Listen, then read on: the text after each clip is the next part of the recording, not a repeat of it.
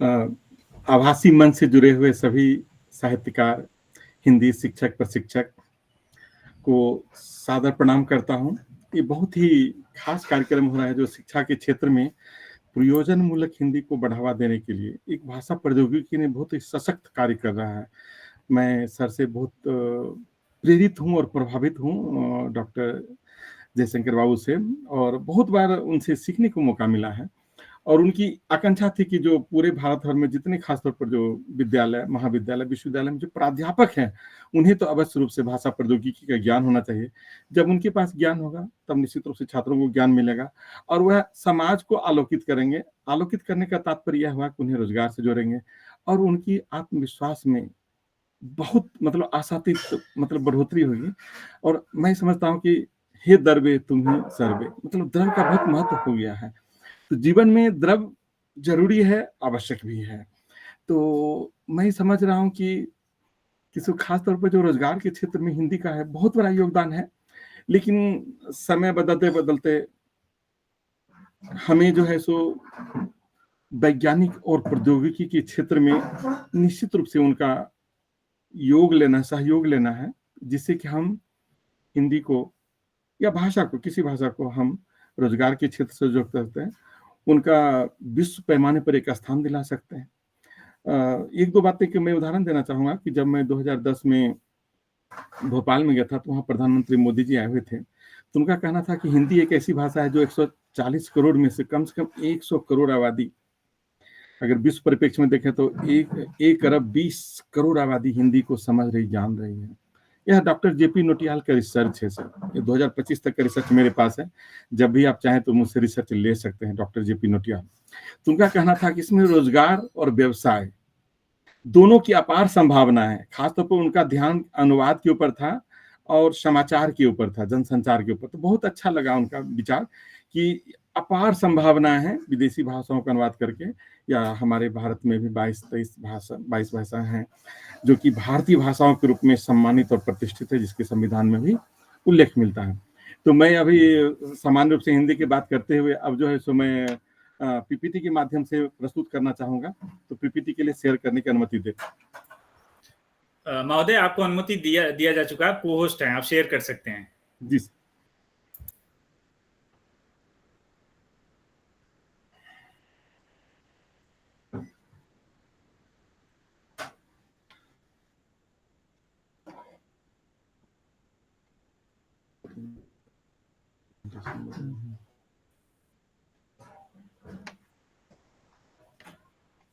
तो पुनः सभी को नमन और हार्दिक अभिनंदन करता हूं।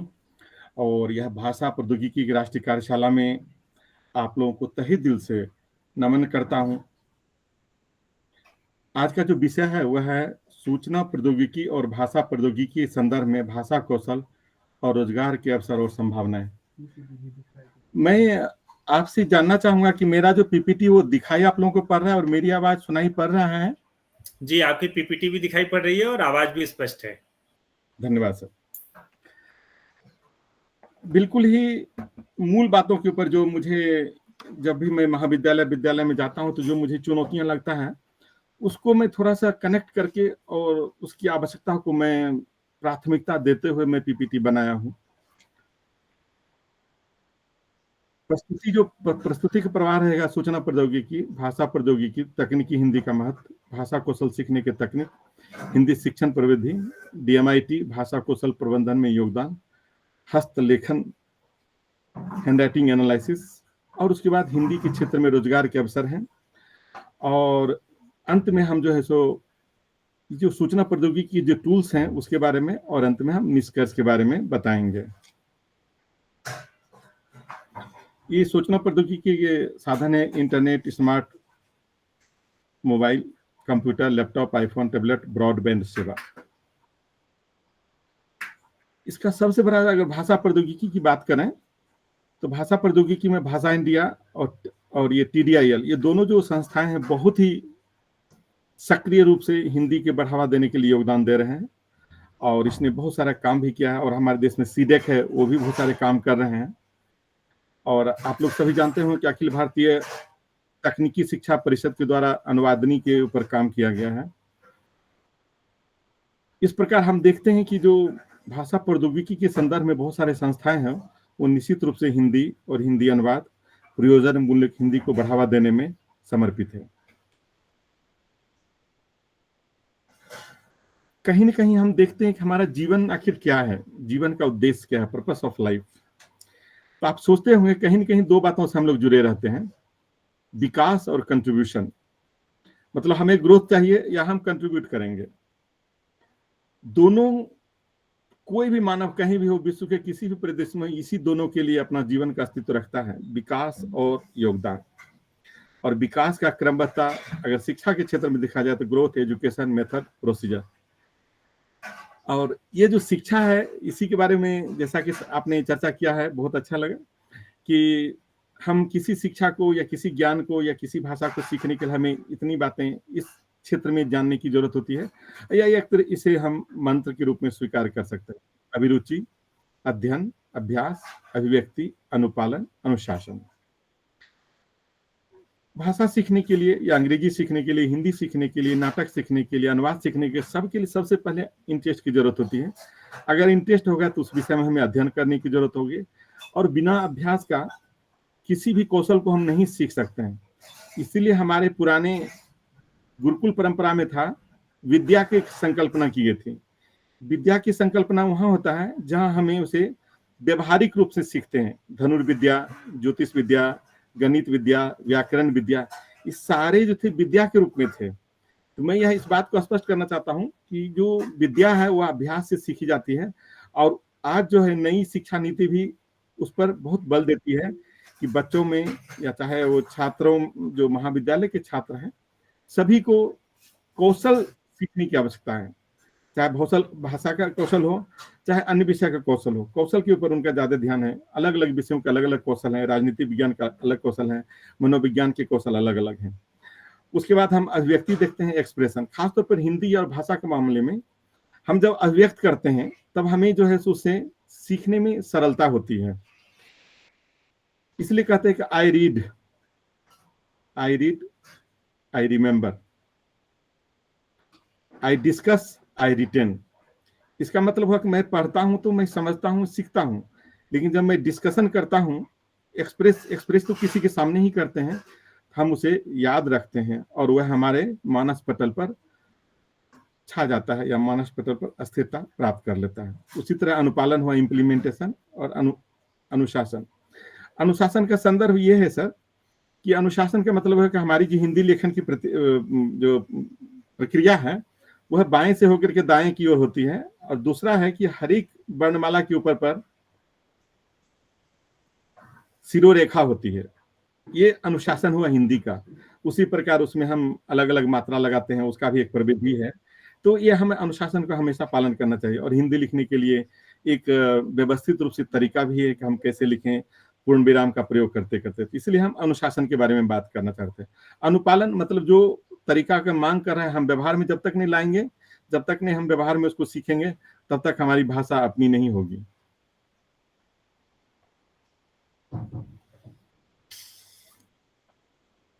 ये एनएलपी हम भाषा संसाधन में भी देखे थे कि न्यूरो लैंग्वेज प्रोग्रामिंग था। एक एनएलपी यहाँ भी माइंड पावर इनहेंसिंग टेक्निक होता है।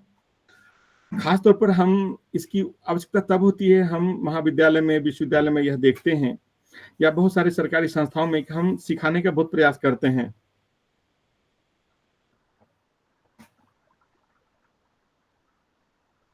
लेकिन उसके बाद भी देखते हैं क्या कि बच्चे में समझ की शक्ति कुछ में पैदा होती है, कुछ में नहीं होती है।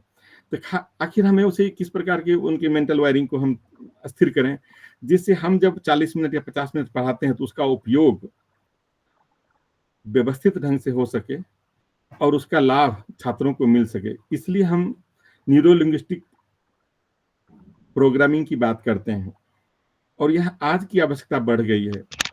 जब कोई बच्चा यह महसूस करता हो कि हमें नींद आ रही है, और कुछ कुछ बच्चों को हम देख भी लेते हैं कि नींद आ रही है, तो निश्चित रूप से हमें लग रहा है कि उसके मतलब एनएलपी में थोड़ा सा परिवर्तन की जरूरत हो। चाहे उसे हम कह सकते हैं कि आप 4 बार 5 बार लंबी सांस लीजिए और लंबी सांस छोड़िए, तो उससे निश्चित रूप से थोड़ा सा ध्यान जो है सो नींद से हट करके जो कक्षा में हो रहा है उस पर केंद्रित होगा। स्टेट ऑफ माइंड और बॉडी को कनेक्ट करना है, पॉजिटिव, रिसोर्सफुल, प्रोडक्टिव, ब्लिसफुल। जब मनुष्य का दिमाग या जो जो छात्र कक्षा में है, अगर यह 5-4 बिंदु पर अगर ध्यान रखें, पॉजिटिव, रिसोर्सफुल, प्रोडक्टिव, ब्लिसफुल, तो हमें उसे सिखाना बहुत आसान हो जाएगा। तो निश्चित रूप से जब हम कक्षा में जाते हैं तो हमें पहले छात्र को इस ढंग से शेप में लाते हैं जिससे हमें सिखाने में आसान होता है और वह सीखते भी अच्छा है। और खासतौर पर भाषा एक ऐसी विषय होती है जिसमें कभी कभी रुचि कम होती है, और कभी कभी जब साहित्य पढ़ाते हैं तो रुचि बढ़ भी जाता है, और इसी से बहुत बड़े व्यक्तित्व का निर्माण भी होता है साहित्य के माध्यम से। Role of positive emotion and belief. Incidence, emotion, belief व्यवहार में लाते हैं। जैसे हम टीवी देखते हैं तो हमें यह लगता है कि हम एंजॉय कर रहे हैं, वाचिंग टीवी हो रहा है, तो हमारी धारणा को वह जो है पॉजिटिव करता है। जैसे हम झूठ बोलते हैं तो झूठ क्या बोलते हैं, तो झूठ बोलने से हमें यह लग रहा है कि हम अपनी गलतियों से बच रहे हैं, सेविंग फ्रॉम मिस्टेक्स, यह भी धनात्मकता काम करता है। Study, boring and avoid. तो छात्र क्या करते हैं कि पढ़ने में जैसे जैसे वो किताब खोलता है तो उसे बोरिंग रहता है और उसको अवॉइड करता है, वह निगेटिव सेंस को देता है। फ्रेंड्स के साथ क्या होता है, फन और एक कंपनी होता है। और पेरेंट्स हमेशा हर्ट अवॉइड करते हैं, और साथ साथ में कभी कभी अनकंफर्टेबल मोड में लाते हैं तो वो भी उसको निगेटिव मान लेते हैं। Taking to hardship zone. Taking to hardship zone मतलब पेरेंट्स हो या टीचर हो, वह सोचते हैं कि हमारे जो है ना कठिनाई की ओर ले जाते हैं, ना कि सरलता की ओर।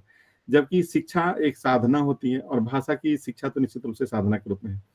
हमें कक्षा में इस बात का महसूस होना चाहिए कि जो सिलेबस बना हुआ है वह तो एक पैरामीटर के द्वारा बना हुआ है, लेकिन हम उसकी मेंटल कैपेसिटी को कैसे हम शेप में लेकर आ जाएं, जिससे बच्चे हमारी बातों को या हमारे विचारों को या हमारी जो सिद्धांत हैं उसका अनुकरण कर सके और उससे वो लाभान्वित हो सके। रेस्पॉन्सिबिलिटी, हैप्पी और सक्सेसफुल। मैं थोड़ा सा हिंट ये दे रहा हूं क्योंकि बहुत सारे शिक्षक क्या बताते हैं कि मैं तो बहुत पढ़ाती हूं, मैं बहुत सिखाती हूं, लेकिन उसमें कौशल का निर्माण नहीं हो पा रहा है। तो आप देखेंगे कि उसका मेंटल स्ट्रक्चर इस ढंग से होता है, वह किसको पॉजिटिव मान लेता है, किसको निगेटिव मान लेता है। जब वह धारणा निगेटिव के रूप में लेता है तो निश्चित रूप से सिखाने में हमें चैलेंज आती है। और जो भी बच्चे अगर खाली बैठे हुए नहीं, you fail to plan, you are planning to fail. निश्चित रूप से छात्रों को यह प्लान होना चाहिए।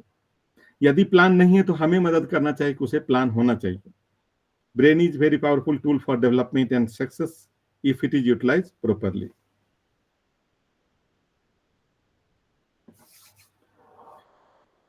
मैं विषय की ओर ही हूं, मैं थोड़ा सा नई नई बातों को जोड़ना चाह रहा हूं कि खासतौर पर जो शिक्षक महाविद्यालय में होते हैं तो उन्हें भी बहुत सारी चुनौतियां होती है, और उनका अपेक्षा जो है छात्रों से नहीं पूरा हो पाता है जैसा सोचकर वो भाषा सिखाते हैं, पढ़ाते हैं, और उसका जो आउटकम नहीं हो पाता है। तो इसके लिए जो है ना कहीं उसके हैंडराइटिंग को अगर एनालिसिस करें तो उससे हम जान सकते हैं कि उसमें क्या कठिनाइयां हैं, उसका क्यों कंसंट्रेशन नहीं है, या उसका इनर पावर जो है स्ट्रांग नहीं है, उसको हम कैसे सुधार सकते हैं। तो उसके लिए अगर उसका हैंडराइटिंग को स्टडी करेंगे तो उसका जो है सो जैसे आप एक्सरे में हम अपना पूरा बॉडी का स्ट्रक्चर देख लेते हैं, उसी तरह से अगर एक अच्छा से अगर उसका हैंडराइटिंग विश्लेषण करेंगे तो उनका मेंटल जो वर्क कैपेसिटी है या मेंटल कैपेसिटी को जो हम वो दिखा रहा है अपने लेखन के माध्यम से साफ साफ परिलक्षित हो जाता है। The graphology is the study of all graphic movement which reveals physical, mental and emotional state of person as well as power। क्योंकि हम हमेशा एक साइकोलॉजिकल व्यू से जुड़ते हैं छात्रों से, और हर एक ढंग की कोशिश करते हैं कि हम उसको कैसे हम अपलिफ्ट करें। तो यदि छात्रों का यदि आप हैंडराइटिंग को अगर अच्छा से एनालिसिस कर लें, अगर आप यह विधा सीख लेते हो या सीखे हुए हैं, तो आपको छात्रों के साथ हैंडल करना बहुत आसान हो जाएगा। जैसे मैं बताना चाहूंगा कि दुनिया भर के जितने भी लोग होते हैं वो 3 प्रकार से सीखते हैं। एक होता है ऑडियो, दूसरा होता है विजुअल, तीसरा होता है काइनेस्थेटिक। ऑडियो मतलब जो सुन करके आराम से सीख लेते हैं, उसको सुनना आसान लगता है। विजुअल मतलब देख करके। और काइनेस्थेटिक वो होते हैं जो कि एक्शन में सीखते हैं। अब मैं मान लीजिए कि हम संज्ञा सिखाते हैं, संज्ञा में पूरा पूरा हमारा हाथ पांव का मूवमेंट होना चाहिए, आवाज होना चाहिए, एक्शन में होना चाहिए। अगर इस प्रकार से हम अगर अपने क्लास के सेक्शन को भी अगर डिवाइड कर लेते हैं, कौन बच्चा ऑडियो में सुनना चाहता है, कौन बच्चा वीडियो में सुनना चाहता है, कौन काइनेस्थेटिक प्रकार का है, तो हमारा सिखाना जो है ना सार्थक हो जाएगा, आप बहुत तीव्र गति से सीखेंगे। सिलेबस आजकल के जो सिलेबस है उसको हम अलग ढंग से पढ़ा सकते हैं, किस ओर, क्योंकि रोजगार की ओर हमें निश्चित रूप से रोजगार की ओर जोड़ना है। कौशल के लिए बहुत सारे समय की आवश्यकता होगी, तो यदि हम इस ढंग से अगर बच्चों को पढ़ाएं तो हमारे लिए बहुत ही उपयोगी होगा। आगे बढ़ते हैं। ये हमारे राजभाषा हिंदी के प्रणेता हैं, जिससे हम प्रेरित होते रहते हैं। ये सारे हिंदी भाषी नहीं थे, लेकिन हिंदी के प्रति इनका बहुत बड़ा समर्पण था। हम इसलिए इनको याद करते हैं कि इससे हमें गौरव बोध होती है, जो हमारे देश को निर्माण में बहुत बड़ा योगदान निभाए हैं। अब हमें गौरव बोध होनी चाहिए, दुनिया में सबसे ज्यादा बोली जाने वाली भाषा हिंदी है। आप देख सकते हैं, दैनिक जागरण का रिपोर्ट है ये। अंग्रेजी के बाद सबसे लोकप्रिय अमेरिका में हिंदी भाषा बनी, दूसरे नंबर की भाषा है। तो हिंदी भाषा बोल करके हमें गौरव की अनुभूति होती है, और आप सभी को भी गौरव की अनुभूति होनी चाहिए, क्योंकि यह विश्व की सबसे बड़ी भाषा है, विश्व में सबसे अधिक बोली जाती है, और विश्व में सबसे ज्यादा इसका उपयोग किया जाता है। चाहे वो व्यापार के माध्यम हो, चाहे ज्ञान विज्ञान हो, चाहे भारतीय संस्कृति का आदान प्रदान हो, हर एक दृष्टि से भारतीय भाषाओं का योगदान अमूल्य रहा है। अब हिंदी कौशल सीखने की प्रविधि, जैसा कि आपने बताया भी था, इसको इस ढंग से सीखते हैं: अभिरुचि, अध्ययन, अभ्यास, अभिव्यक्ति, अनुशासन, अनुशीलन। अनुशीलन वह होता है जब हम किसी भी विषय को गहराई से पढ़ते हैं, उसको समीक्षात्मक तरह से जब हम पढ़ते हैं तो उसको हम अनुशीलन बोलते हैं। अनुप्रयोग जब उसका यूज करते हैं, अनुपालन मतलब उसको एक्शन में लाते हैं। अभिज्ञान का मतलब हो गया, उसमें जब हम शोध की बात करते हैं तब वो अभिज्ञान हो गया, और अनुसंधान। जैसे हमारे यहाँ बहुत सारे अभी हिंदी सॉफ्टवेयर के ऊपर खोज हो रही है, और बहुत सारे अनेक बोलियों के ऊपर हो रहा है, जो कि बहुत कम मतलब हमारे उसके बोलने वाले मिले हैं, तो उस प्रकार उसके लिए हम अभिज्ञान करते हैं। और ये भाषा कौशल सीखने के लिए इसके लिए एक और भी जरूरी हो गई है आजकल, टंकन कला और कंप्यूटर। क्योंकि आजकल जो है हम सूचना प्रौद्योगिकी के युग में जी रहे हैं, तो निश्चित रूप से टंकन कला और कंप्यूटर हमें जानने की आवश्यकता होगी। यही सीखने की विधि है, हिंदी सीखने की, कौशल सीखने की। किसी भी चीज को, कौशल को सीखने के लिए चाहेंगे तो आप यह सीख सकते हैं। मैंने इसके बारे में बताया, मनोविज्ञान का छात्र का सेक्शन विभाग है। श्रवण, दृश्य, सक्रिय, क्रियाशील, किनेस्थेटिक। भाषा कौशल और यूनिकोड, जैसा कि ये भाषा प्रौद्योगिकी का विषय है, तो आप सोचेंगे कि कहीं ना कहीं भाषा प्रौद्योगिकी जितने भी क्षेत्र हैं सभी से जुड़े हुए हैं। चाहे हिंदी पत्राचार हो, समाचार पत्र हो, पत्रिका लेखन, संपादन, प्रकाशन हो, सभी से जुड़ा हुआ है भाषा का प्रौद्योगिकी। और उसी में एक बहुत अच्छा एक छोटा सा है यूनिकोड, जिसको हम यूनिवर्सल स्टैंडर्ड कोड बोलते हैं। यूनिवर्सल स्टैंडर्ड कोड बोलते हैं, जो कि दुनिया में अक्सर 100 से अधिक भाषाओं में, और भारत के कम कम 16-17 भाषाओं के ऊपर जो है वो उसका एक यूनिक कोड बना है, और जिसके कारण से यह कंप्यूटर पर काम करता है। एक अल्फाबेट का या एक अंक का या एक संकेत का एक ही कोड बना हुआ है। हम आगे जाकर के थोड़ा सा यूनिकोड के ऊपर भी चर्चा करेंगे। तो आप देखेंगे कि भाषा कौशल और यूनिकोड का बहुत बड़ा सामंजस्य होता है, और इसको हर एक क्षेत्र में यूज करते हैं, चाहे शिक्षा हो, वक्ता, मंच प्रबंधन, प्रशिक्षक, कवि, गायक, गीता वाचक, प्रेरक, भाषण, मंच संचालन, मनोरंजक, नाटककार, विदूषक।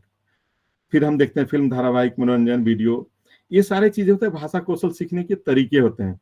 तरीके क्या है कि जिस व्यक्ति को अगर बोलने का कला अच्छा है तो वह इस क्षेत्र में आ सकते हैं, शिक्षक बन सकते हैं, वक्ता बन सकते हैं, मंच प्रबंधक बन सकते हैं, प्रशिक्षक बन सकते हैं। जिन्हें मतलब वाचन क्षमता बहुत अच्छा है, और जिन्हें लेखन की क्षमता है तो हिंदी पत्राचार, पुस्तक, समाचार पत्र, पत्रिका, लेखन, संपादन, प्रकाशन के क्षेत्र में आ सकता है। जिसमें दोनों चीज है, एक्शन भी है, ऑडियो भी है, विजुअल भी है, वो फिल्म में आ जाएंगे, मनोरंजक में आ जाएंगे। और जिनको 2 भाषा 3 भाषा के प्रति रुचि है वो अनुवाद के क्षेत्र में आ जाएंगे। और जिनके पास क्रिएटिविटी है, जिनके पास नई नई बातों को सोचने के लिए इनोवेटिव आइडियाज है, वो विज्ञापन, संवाद लेखन, कथा लेखन, साहित्य सृजन और लेखक का काम कर सकते हैं। और आजकल के जो सबसे मतलब जीता जागता हो रहा है वो भाषा प्रौद्योगिकी के संदर्भ में हो रहा है, और उसमें बहुत सारे रोजगार के भी अवसर मिल रहे हैं, और वो भी कौशल सीखने की जरूरत है। Software, website, Hindi app, reel बनाना, यूट्यूब का निर्माण करना। हालांकि बहुत सारे बनाए जा रहे हैं, लेकिन परिनिष्ठा की तो आवश्यकता हमेशा होती रहती है। और मैं देखता हूँ कि वेबसाइट डिजाइनर वगैरह अच्छे पैसे कमा रहे हैं और रोजगार अच्छे मिल रहे हैं उनको। और हिंदी सॉफ्टवेयर के क्षेत्र में भी बहुत सारा काम अभी बचा हुआ भी है, जिसमें कि हमारे जो नए युवा हैं अगर उसमें काम करते हैं तो निश्चित रूप से हिंदी का भविष्य और उज्जवल होगा। तो ये भाषा कौशल में इसलिए इसको संकेत देना चाहेगा कि जो छात्र बोलने में अच्छा है तो उसके लिए इस प्रकार के रोजगार मिल सकते हैं। जो लिखने में अच्छा है उसको इस क्षेत्र में है, जो बोलने लिखने में दोनों अच्छा है, एक्शन में भी है, उसको इस क्षेत्र में है। तो मानव की जो मानव संसाधन है उसको हर एक ढंग से उपयोग किया जा सकता है और इस क्षेत्र में छात्र अपना चॉइस कर सकते हैं। और जो जिसको जिस क्षेत्र में रुचि रहता हो, मैं इसके बारे में थोड़ा सा और 2 बातें बताना चाहूंगा कि आजकल जो है सो सॉफ्टवेयर निकल चुका है। हमारे देश में तो अभी थोड़ा प्रचलन हुआ है, लेकिन विदेश में इसका प्रचलन बहुत पहले से 20वीं सदी से भी हो गया। उसको DMIT बोलते हैं।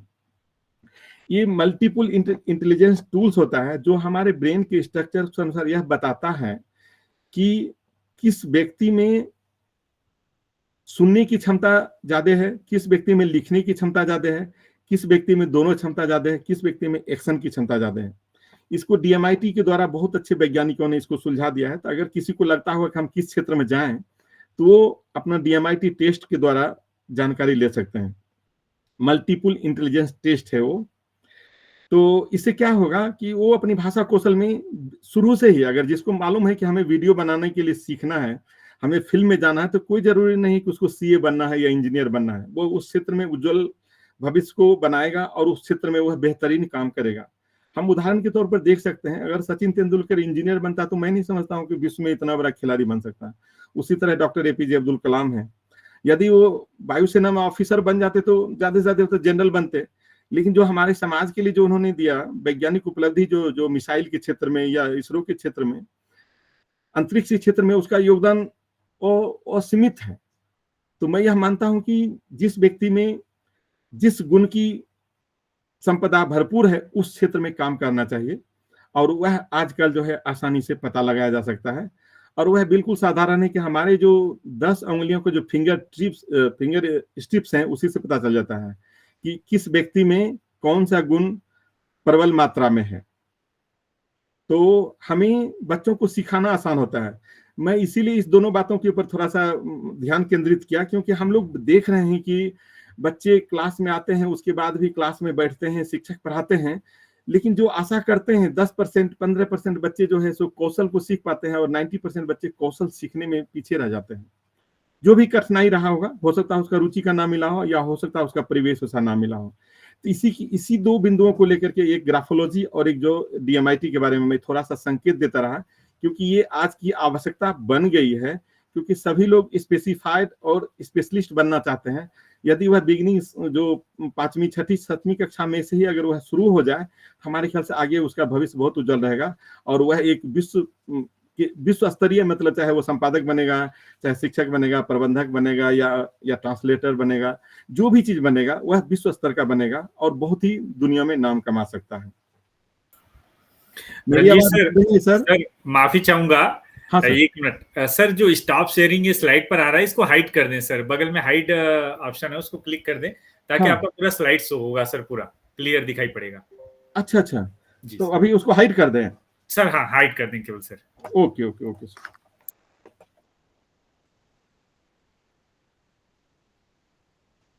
अभी ठीक हुआ सर?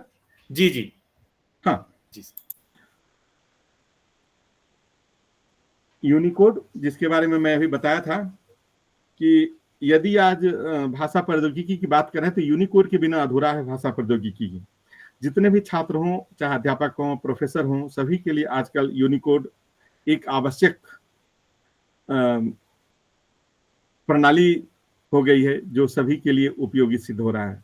चाहे वो राजभाषा के क्षेत्र में हो, चाहे हिंदी के प्रोफेसर हों, चाहे वो मीडिया में हो, चाहे ट्रांसलेशन में हो, चाहे संसद में हो, कहीं भी हो, यह यूनिकोड आज की आवश्यकता बन गई है।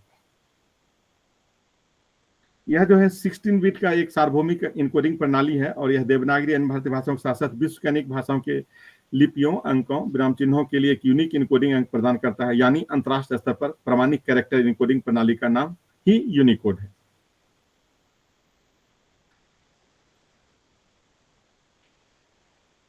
इसके बारे में हो चुका है।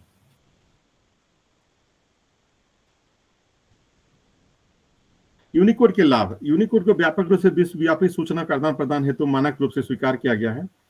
प्रयोजन मूलक हिंदी का सभी कार्य आसान हो गया है। पत्रकारिता, वेब डिजाइनिंग, पत्रिका प्रकाशन, किताब लेखनी, कहानी लेखन, ऑनलाइन संवाददाता कार्य, ऑनलाइन परीक्षण, ऑनलाइन शिक्षण प्रशिक्षण, यूनिकोड से बनी फाइल, फोल्डर, पीपीटी इत्यादि आसानी से आदान प्रदान कर सकते हैं। कार्यालय में सभी प्रकार के कार्य कंप्यूटर पर हिंदी में आसानी से होता है।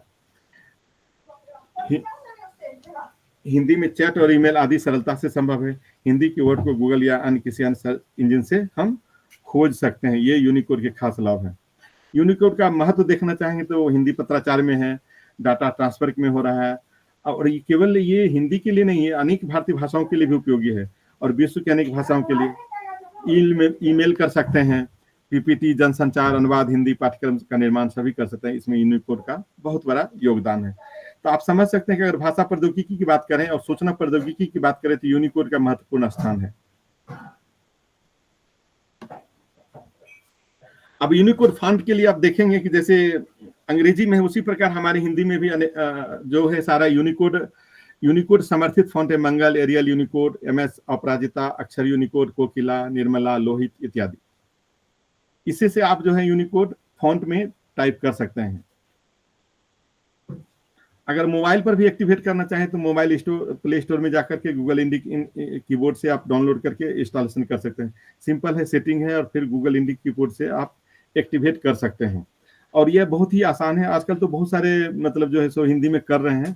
अगर थोड़ा सा प्रयास करेंगे तो हिंदी के अलावा अन्य भारतीय भाषाओं में भी आप कर सकते हैं। अंग्रेजी, असमिया, बंगाली, कन्नड़, मराठी, तेलुगु, तमिल सभी में आप मोबाइल में भी एक्टिवेट कर सकते हैं। इसका एक प्रक्रिया होता है कि विंडो में हम कैसे जाएंगे। विंडो 7 यूनिकोड में go to start control panel, अगर हम कंप्यूटर में करते हैं या लैपटॉप के माध्यम से करते हैं तो ये स्टेप होता है। कंट्रोल पैनल या regional language, click on change keyboards, add keyboards layout, ये सारा स्टेप है जिसके माध्यम से आप आराम से विंडो 7, हालांकि आजकल विंडो 2010, 2020, 21 तक आ गया है, तो नॉर्मली सभी में ये जो 2007, 2008 के बाद जो भी है उससे आसानी से हो रहा है। इसमें भी सेम है। विंडो 8 विंडो 10 में यूनिकोड की कीबोर्ड सक्रिय करने की प्रविधि, go to start, control panel, regional language, advance setting, after installation phonetic और Remington inscript keyboard input, tick the check and box, use desktop language bar when it is available. होता क्या है कि जैसे कि बहुत सारे कार्यालय में ऐसे होते हैं जिसको अंग्रेजी टाइपिंग तो आता है लेकिन उसको हिंदी नहीं आते हैं, और नए ढंग से हिंदी सीखने में उन्हें कठिनाई महसूस होती है। तो उसके लिए बहुत अच्छा ने गूगल ने एक सुविधा दी है। गूगल इंडिक इनपुट के द्वारा आप आसानी से टंकन कर सकते हैं। माइक्रोसॉफ्ट इंडिक इनपुट है और ट्रांसलिटरेशन है। ये सुविधाएं बढ़ जाने से आप अंग्रेजी में जैसे टाइप करते हैं RM राम, तो राम हिंदी में टाइप होगा। कोई भी शब्द आप आसानी से अपना कोई भी टेक्स्ट बना सकते हैं, PPT बना सकते हैं, और यह सुविधाएं आसानी से है। यदि आपको डाउनलोड करना हो तो भाषाइंडिया.com से आप जो है सो आसानी से डाउनलोड कर सकते हैं और आप एक्टिवेट कर सकते हैं उसको, जिसके माध्यम से आप फोनेटिक माध्यम से टंकन कर सकते हैं। ये तीनों सुविधाएं कहीं भी आप उपलब्ध करा सकते हैं। ये भाषा इंडिया का ये वेबसाइट है, आप ऐसा देख सकते हैं। और हमको लैंग्वेज सेलेक्ट करना होता है तो इसमें हिंदी डाउनलोड करेंगे। अब हम देखते हैं कि राजभाषा विभाग के लिए गौरव की बात है। आप लोग सभी जानते होंगे कि 2025 में हमारे माननीय गृह मंत्री के प्रयास से एक अलग से भारतीय भाषा विभाग की स्थापना की गई है। बहुत ही गौरव की बात है हम लोगों के लिए। और राजभाषा विभाग हिंदी तो है ही, लेकिन भारतीय भाषा विभाग की स्थापना हुई, वो भी संसद भवन के परिसर में। बहुत ही गौरव की बात है। हमें गौरव होनी चाहिए कि भारतीय भाषाओं के लिए भारतीय सरकार इतनी सशक्त और प्रयासरत है।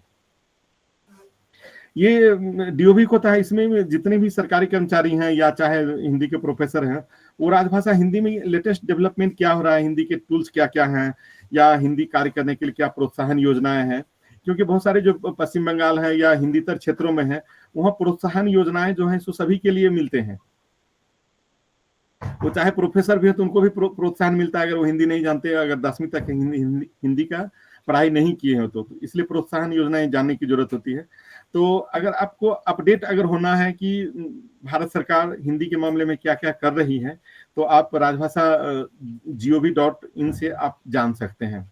और ये बहुत ही अच्छा है, इसमें ढेर सारी सूचनाएं रहती हैं।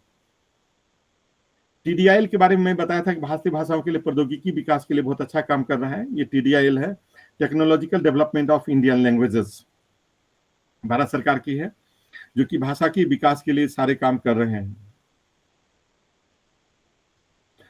परिवर्तन सॉफ्टवेयर है। मैं इसके बारे में थोड़ा सा बताना चाहूंगा कि परिवर्तन की आवश्यकता तब पड़ी जबकि पहले कृतदेव में टाइप होता था। तो क्या होता था कि हम जब कहीं भेजते थे, हमको कहीं अदर स्टेट में भेजना हो या कहीं मित्र के पास, तो वो फॉन्ट अगर उसके पास नहीं है तो वह हमारा टेक्स्ट जो था गार्बल हो जाता था। तो क्या होता था कि हमारा टाइप किया हुआ पूरा का पूरा बेकार हो जाता था। अब उसके लिए क्या करना पड़ता था, हमें वह सॉफ्टवेयर वहां भेजना पड़ता था, उसके सिस्टम में एक्टिवेट करना पड़ता था, तब जाकर के उसे खुलता था, नहीं तो बेकार होता था। लेकिन यूनिकोड आ जाने के बाद यह नहीं होता। लेकिन क्या हुआ, बहुत सारे जो विद्वान है उन्होंने पहले तो यह सॉफ्टवेयर उतना एक्टिवेट नहीं था, उतना लोगों में प्रचलन में नहीं आया था। तो कृतदेव अनेक प्रकार के हिंदी के फॉन्ट थे जिसमें लोग टाइप करके रखे थे, और बहुत 40 पेज, 50 पेज, 200 पेज, 2000 पेज। तो उसको आसानी से आप यूनिकोड में ट्रांसफर कर सकते हैं और यूनिकोड को उस फॉन्ट में ट्रांसफर कर सकते हैं। इसलिए यह परिवर्तन सॉफ्टवेयर है। भाषा प्रौद्योगिकी, कंप्यूटर में हिंदी के कुछ अनुप्रयोग। जैसे हम हिंदी में जब काम करते हैं तो इसमें हमारे साथ बहुत सारे भाषा प्रौद्योगिकी की सुविधाएं उपलब्ध है।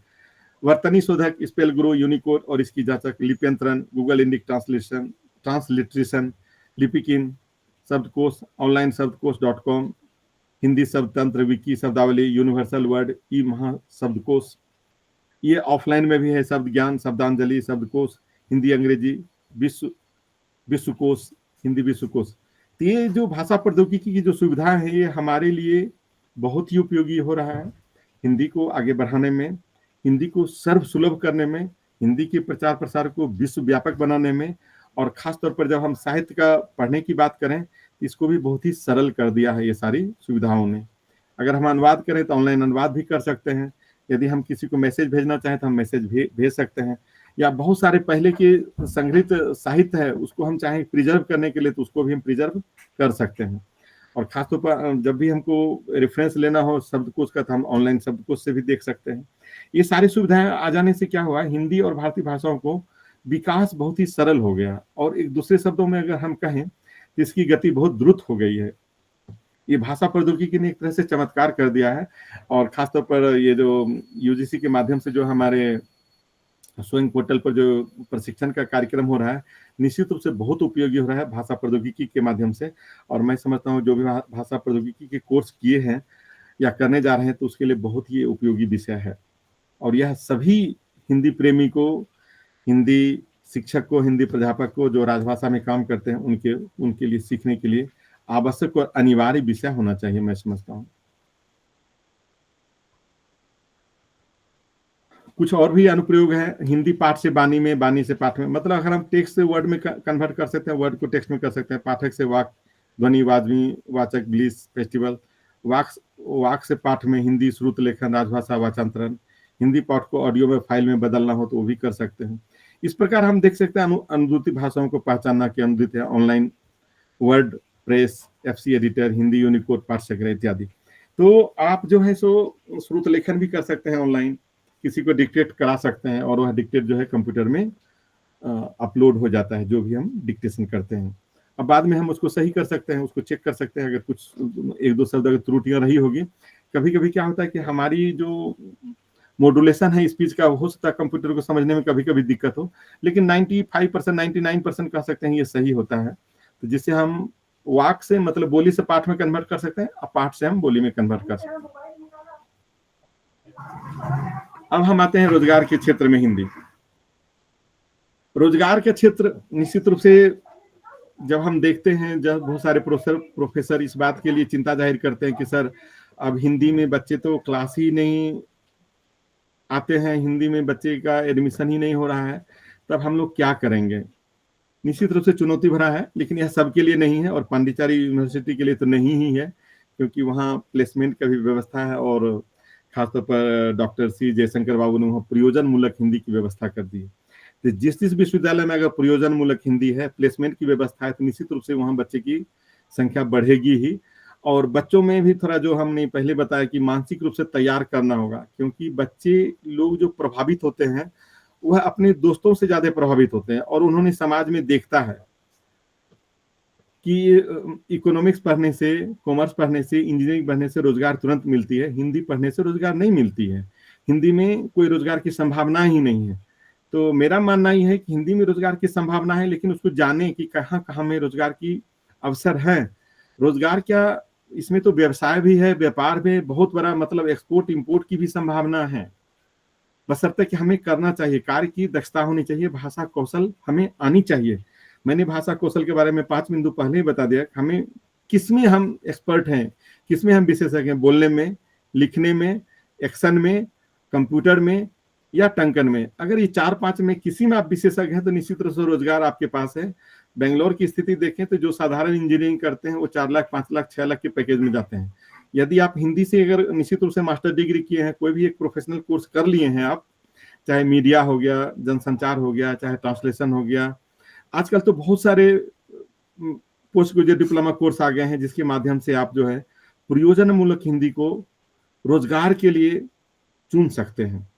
तो मैं रोजगार के क्षेत्र के संदर्भ में थोड़ा सा संकेत देना चाहूंगा। जो शोधार्थी हैं या जो छात्र हैं, जो प्रोफेसर हैं, प्रोफेसर को मैं इसलिए मतलब जो थोड़ा संकेत देना चाहता हूं कि महाविद्यालय विश्वविद्यालय में विषय तो सिलेबस बटा हुआ रहता है कि एक कहानी पढ़ाना है, उपन्यास है, और ये सब विषय को अभी भी जोड़ा नहीं गया है। विडंबना की बात है कि कुछ कुछ तो लगता है क्या मतलब जस्ट ऐसे डाल दिया गया। मैं यूनिकोड का भी सिलेबस देखा, लेकिन वह वैसा चीज नहीं है।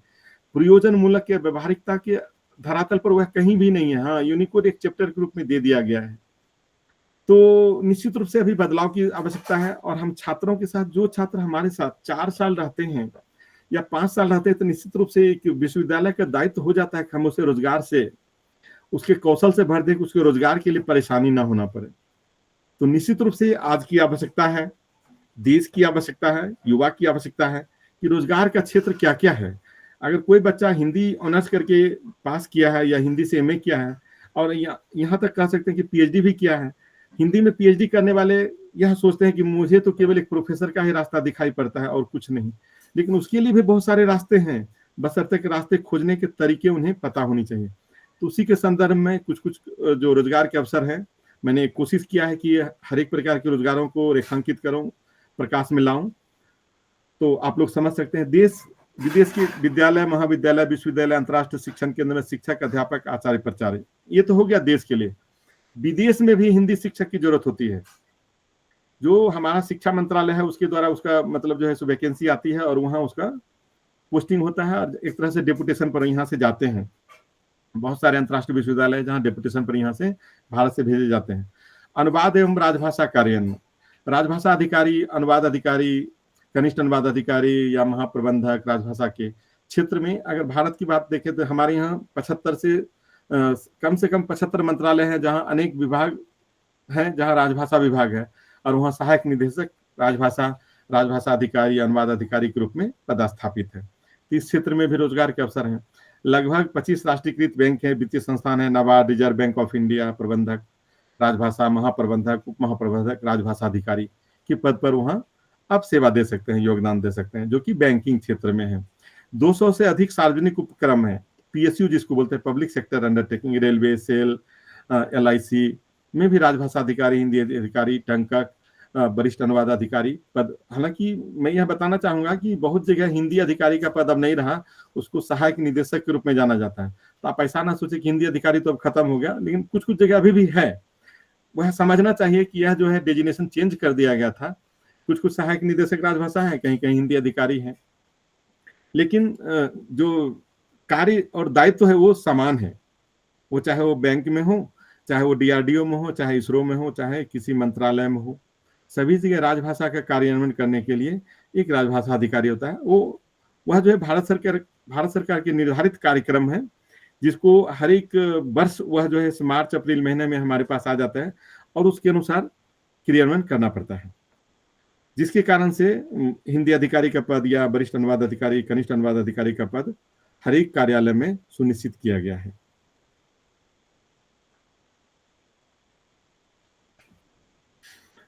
हिंदी फिल्म धारावाहिक, प्रत्येक वर्ष लगभग 5000 हिंदी फिल्में बनती हैं, जिसमें कि रोजगार की अनेक अपार संभावनाएं हैं। अब जब हम फिल्म की बात करते हैं तो फिल्म में क्या है, कंटेंट राइटिंग है, डायलॉग राइटिंग है, उसके बाद उसमें ट्रांसलेशन भी है। आप जानते होंगे बहुत सारे हिंदी फिल्म कन्नड़ तेलुगु में मतलब धमाल मचा दिए हैं। बहुत सारे तेलुगु और कन्नड़ फिल्म जब हिंदी में आया तो वह धमाल मचा चुका है, आप समझ सकते हैं। जैसे चेन्नई मेल, अनेक प्रकार के हैं, जैसे गांधी फिल्म है, ढेर सारे फिल्म हैं जिसमें कि मतलब अनुवाद के द्वारा वह फिल्म जो है चमत्कृत हुआ और पूरे देश भर में, यहाँ यूं कह सकते हैं क्योंकि हमारे भारतवंशी विश्व भर में है, तो विश्व भर में उसका मतलब लोकप्रियता हासिल कर ली है। रेडियो चैनल है, बीबीसी है, एफएम चैनल है, रेडियो जॉकी है, उसमें भी उद्घोषक, समाचार लेखक, संपादक, समाचार वाचक, पैनलिस्ट, टंकक। आप यह बात मैं बताना चाहूंगा कि अनुवाद का क्षेत्र इतना विस्तार है कि चाहे रेडियो हो, चाहे टेलीविजन हो, चाहे फिल्म का दुनिया हो, चाहे मनोरंजन जगत हो, सभी जगह ट्रांसलेटर की जरूरत है। एक तो एकदम कंपलसरी है ही। दूरदर्शन चैनल, राष्ट्रीय अंतर्राष्ट्रीय सम्मेलन, परिसंवाद, संगोष्ठी, मंच संचालक, कार्यक्रम प्रबंधक, इवेंट मैनेजर, संयोजक, हिंदी नाट्य कला मंच जो होता है उसमें भी हिंदी नाटककार होते हैं, उसमें भी निदेशक होते हैं, और बहुत सारे, वह हालांकि निश्चित रूप से सरकार की ओर से उस पर अभी ज्यादा ध्यान नहीं हुआ है, लेकिन बहुत सारे नाटक जो है सो निश्चित रूप से समाज को प्रेरित करता रहा है, और मैं समझता हूं भविष्य में भी प्रेरित करता रहेगा। नाटक का जन्म भारत में ही हुआ है, और फिल्मी दुनिया में नाटक की महत्व थोड़ा थोड़ा कम होता जा रहा है, लेकिन अभी भी दिल्ली में बहुत जगह नाटक का मंचन होता है। और नाटक का सबसे बड़ी खासियत क्या है कि नाटक बहुत ही सस्ता होता है। और दूसरी बात नाटक का क्या है कि नाटक में कोई जरूरी नहीं कि पढ़े लिखे होना, उसमें मूर्ख व्यक्ति भी नाटक को समझ करके अपनी सामाजिक जीवन को में सहयोग दे सकता है, या सामाजिक चुनौतियां जो आती है या सामाजिक समस्याएं होती है उसमें सुधार ला सकते हैं। ये नाटक का कमाल है, और इसीलिए हमारे यहाँ शुरू से ही नाटक रहा है। गाँव में पहले दुर्गा पूजा, दीपावली, अनेक कार्यक्रम में, चाहे 15 अगस्त हो, हर एक जो पर्व त्योहार मनाए थे तो उसमें नाटक जरूर होता था। उसी प्रकार कवि हैं, आजकल तो देख रहे हैं कि जो कवि का स्थिति है बहुत विश्व फलक पर पहुंच गए हैं। ये मीडिया का कमाल हुआ है कि विश्व में कवि का भी स्थान हो गया है, और अच्छे मतलब पैसे मिल रहे हैं, 1 लाख, 2 लाख, 3 लाख रुपए भी। जो जैसा काव्य का प्रतिभा हासिल किए हैं उस आधार पर वो अपना फीस रखे हैं, या उसका कह सकते हैं मूल्य रखे हैं, या उसका सम्मान उसका सोच सकते हैं। नाटककार है, रंगमंच निदेशक हैं, ये ऐसे क्षेत्र हैं जहां अगर नाटक के क्षेत्र में आप अगर एक्सपर्ट हैं तो वहां भी आपके पास रोजगार के अवसर हैं, देश में भी विदेश में भी। विदेश इसलिए मैं बताना चाह रहा हूं कि अमेरिका है, रूस में, वहां भारतवंशी बहुत रहते हैं, और वह जो है भारतीय नाटक को देख करके बहुत झूमते हैं और आनंद लेते हैं। तो मनोरंजन का क्षेत्र जो है केवल देश में भी नहीं रहा, विदेश में भी पहुंच गया है, और वहां भी नाटक की महत्व स्थापित हो रही है। रोजगार के अवसर में हम पत्रकारिता आ जाते हैं। पहला हो गया, अभी हम देखें कि अनुवाद का क्षेत्र या फिल्मी दुनिया का क्षेत्र, अब हो गया पत्रकारिता। पत्रकारिता में जैसे हिंदी में रजिस्टर्ड प्रिंट मीडिया लगभग 4000 है। साप्ताहिक, पाक्षिक, मासिक, त्रैमासिक, वार्षिक संपादक, वार्षिक मतलब प्रकार के समाचार पत्र निकलते हैं, साप्ताहिक, दैनिक, जो लगभग 4000 की संख्या में है। और उसमें जो पद होता है, संपादक, मुख्य संपादक, प्रबंध संपादक, प्रूफ रीडर, डिजाइनर, टंकक, और एक तरह से कहा जाए न्यूज रिपोर्टर, ये सारे आ जाते हैं। इलेक्ट्रॉनिक मीडिया में भी आजकल इलेक्ट्रॉनिक मीडिया का समझ सकते हैं कि करोड़ों रुपया का आमदनी हो रहा है, और जितने मीडिया हाउस है वो फल फूल रहे हैं। इसमें खासतौर पर है कि इलेक्ट्रॉनिक मीडिया पूरा चमत्कार कर दिया। आजकल हर एक लोग जो है मोबाइल से भी जुड़े गए हैं, तो इलेक्ट्रॉनिक मीडिया से जुड़े हुए हैं, टीवी से जुड़े हुए हैं, या लैपटॉप से। सभी लोग जो है कहीं ना कहीं इलेक्ट्रॉनिक मीडिया से जुड़े हुए हैं, जिसके कारण से रोजगार के अवसर और बढ़ते जा रहे हैं। और लोग अब यह नहीं सोचते हैं कि हमको जो है सो सिनेमा हॉल में जाकर के सिनेमा देखना है, वह अपना लैपटॉप से, अपने मोबाइल से भी देख करके आनंद उठा लेते हैं और फिल्म का आनंद लेते हैं। इस प्रकार मेरा कहने का मतलब होता है कि इलेक्ट्रॉनिक मीडिया भी चमत्कार कर रहा है, और उसमें बहुत अच्छा पैसा मिलता है। जो भी समाचार विश्लेषक हैं, संवाददाता हैं, या जो उसको डिजाइन बनाते हैं, क्योंकि आप देखते होंगे कि डिजाइन अलग अलग, कोई भी एक न्यूज़पेपर होता है, उसका सेटअप बनाने के बाद उसका डिजाइन होता है। अगर मासिक पत्रिका है तो उसका फ्रंट पेज का डिजाइन होता है, भीतर का डिजाइन होता है। तो वो लोगों का भी एक मासिक वेतन निर्धारित है, निश्चित रूप से 50 से 60 हजार पर मंथ उनको देना पड़ता है। कुछ डिजाइनर तो लाख में लेते हैं, क्योंकि उनका एक कॉन्ट्रैक्ट हो जाता है, 1 साल में जितना आप डिजाइन बनाएंगे उस आधार पर हम आपको पेमेंट करेंगे। तो ये क्षेत्र है जहाँ के रोजगार के अवसर बहुत हैं। हिंदी सॉफ्टवेयर, मोबाइल ऐप, शोध और अनुसंधान। शोध अनुसंधान के बारे में बताएंगे कि बहुत सारी चीजों में शोध अभी नहीं हुआ है। अगर उस क्षेत्र में शोध करते हैं तो भारत सरकार उसके लिए आपको ऑनरेडियम देती है, भारत सरकार उसके लिए आपको पैसा देती है। सांस्कृतिक मंत्रालय, अगर शोध करना चाहें, अगर आप पीएचडी किए हुए हैं तो पोस्ट डॉक्टरल के रूप में आप जा सकते हैं और इस क्षेत्र में काम कर सकते हैं। और मैं समझता हूँ कि जो हिंदी का सॉफ्टवेयर है या हिंदी का ऐप है, इसमें तो बहुत सॉफ्टवेयर, इसमें बहुत सारे रिसर्च की जरूरत भी है। अब हम आते हैं वाणिज्य और विज्ञापन। तो विज्ञापन ऐसा चित्र है जो कि चीज को कमाल कर देता है, चमत्कारिक उसमें दिखाता है। चाहे आप देख सकते हैं कि वो कोको कोला हो या टीवी हो, चाहे कैमरा हो, चाहे मोबाइल हो, सबका प्रचार हमारे टीवी पर नजर आते रहते हैं। खासतौर पर आजकल जो है फास्ट मूविंग जो कंज्यूमर गुड्स हैं, उसका तो जबरदस्त हो रहा है। आप तेल का देख लीजिए, चाहे हो या ना हो। लेकिन इससे क्या हुआ, मैं यह देख रहा हूँ कि जो व्यापारी गण होते हैं, वो विज्ञापन के माध्यम से माल को कमाल करके मालामाल हो रहे हैं। दूसरे शब्दों में यह कहूँ कि माल को कमाल करना और कमाल करके मालामाल हो रहे हैं व्यापारी, निश्चित रूप से इसमें जो है सो विज्ञापन का बहुत बड़ा योगदान है। अब विज्ञापन प्रिंट मीडिया के द्वारा भी हो रहा है और डिस्प्ले के द्वारा भी हो रहा है। इलेक्ट्रॉनिक मीडिया जैसे हमारे टीवी, कंप्यूटर के माध्यम से हो रहा है। जब हम कभी यूट्यूब देखते हैं तो उसमें भी विज्ञापन आते रहता है। इस प्रकार रोजगार की इसमें भी अपार संभावना है। इंटरनेट पर यूट्यूब वीडियो, आजकल सभी लोग वीडियो से रुचि रखते हैं, वीडियो बनाते भी हैं। वीडियो बनाने का भी गूगल बहुत सारे पेमेंट करते हैं, यूट्यूब का भी पेमेंट मिलता है। अगर उसका मतलब जो है पाठक श्रोता मतलब 1 लाख में पहुंच जाता है तो निश्चित रूप से आय का स्रोत हो जाता है। जैसे आप खान सर का नाम सुने होंगे, करोड़ों में कमा रहे हैं जस्ट वो अपना यूट्यूब के माध्यम से। तो निश्चित रूप से वह कुछ खास चीज दे रहे हैं जो कि पूरा का पूरा विश्व उससे लाभान्वित हो रहे हैं या एक तरह से प्रेरित हो रहे हैं। यूट्यूब व्यापार वाणिज्य और व्यापार व्यवसाय वाणिज्य, विश्व स्तरीय अनुवाद स्टेशन का संचालन। यदि हम बात करें कि रोजगार ही केवल नौकरी नहीं, आप व्यापार भी कर सकते हैं, आप बिजनेस भी कर सकते हैं, आप एक व्यवसाय भी कर सकते हैं विश्व स्तरीय अनुवाद स्टेशन खोल करके, जिसमें कि आपको आश्चर्य हुआ कि बहुत सारे अनुवाद एक महीना इंतजार करता रहता है कि कोई कन्नड़ से हिंदी में कर दे या कन्नड़ से इंग्लिश में कर दे या इंग्लिश से तमिल में कर दे। तो अगर इस प्रकार के अगर अनुवाद स्टेशन का संचालन करते हैं या अनुवाद सेवा मुहैया कराते हैं तो बहुत अच्छा मतलब रोजगार का और व्यवसाय का साधन होता है। प्रकाशन तो जानते हैं कि हमारे देश में हर एक वर्ष कम से कम तो 2 लाख से 3 लाख पुस्तकें प्रकाशित होती रहती है। हिंदी सॉफ्टवेयर डेवलपर है, इस क्षेत्र में भी रोजगार की संभावनाएं हैं। मैंने पहले भी बोला कि हिंदी के क्षेत्र में बहुत सारे सॉफ्टवेयर डेवलप करने की जरूरत है। हिंदी समाचार पत्र, पत्रिकाएं, प्रकाशन और इसका मार्केटिंग करने में। सूचना प्रौद्योगिकी प्रशिक्षण केंद्र, सूचना प्रौद्योगिकी प्रशिक्षण केंद्र भी खोला जा सकता है, क्योंकि बहुत सारे जो रोजगार के लिए खोजते हैं उनके पास जो उपाधि रहती है उस उपाधि से उन्हें काम नहीं होता है। जो कंपनी का या जो इंडस्ट्री का डिमांड रहता है वह पूरा नहीं कर पाता है। जैसे मैं बताना चाहता हूँ ग्राफिक्स डिजाइनिंग, इस क्षेत्र में एक स्पेशल ट्रेनिंग की आवश्यकता होती है, जिसे वो अगर वो कर लेते हो तो उसको रोजगार मिलता है। आखिर यह रोजगार जितने भी हमारे विश्वविद्यालय हैं वह उतनी सेवा नहीं दे पा रही हैं जितनी हमारी आवश्यकता है, जितने हमारे स्टूडेंट को चाहिए, क्योंकि गिने चुने ये इस प्रकार की संस्थाएं हैं जो कि इस प्रकार की प्रशिक्षण देते हैं।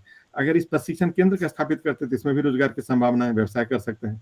सूचना प्रौद्योगिकी प्रशिक्षण केंद्र, जिसमें बहुत चीजों को ऑनलाइन के माध्यम से, जैसे हम आपके माध्यम से गूगल के माध्यम से जुड़े हुए हैं, इसी तरह बहुत सारे टीचिंग टूल्स हो गए हैं जिसके माध्यम से आप पढ़ाने का टूल्स डेवलप कर सकते हैं।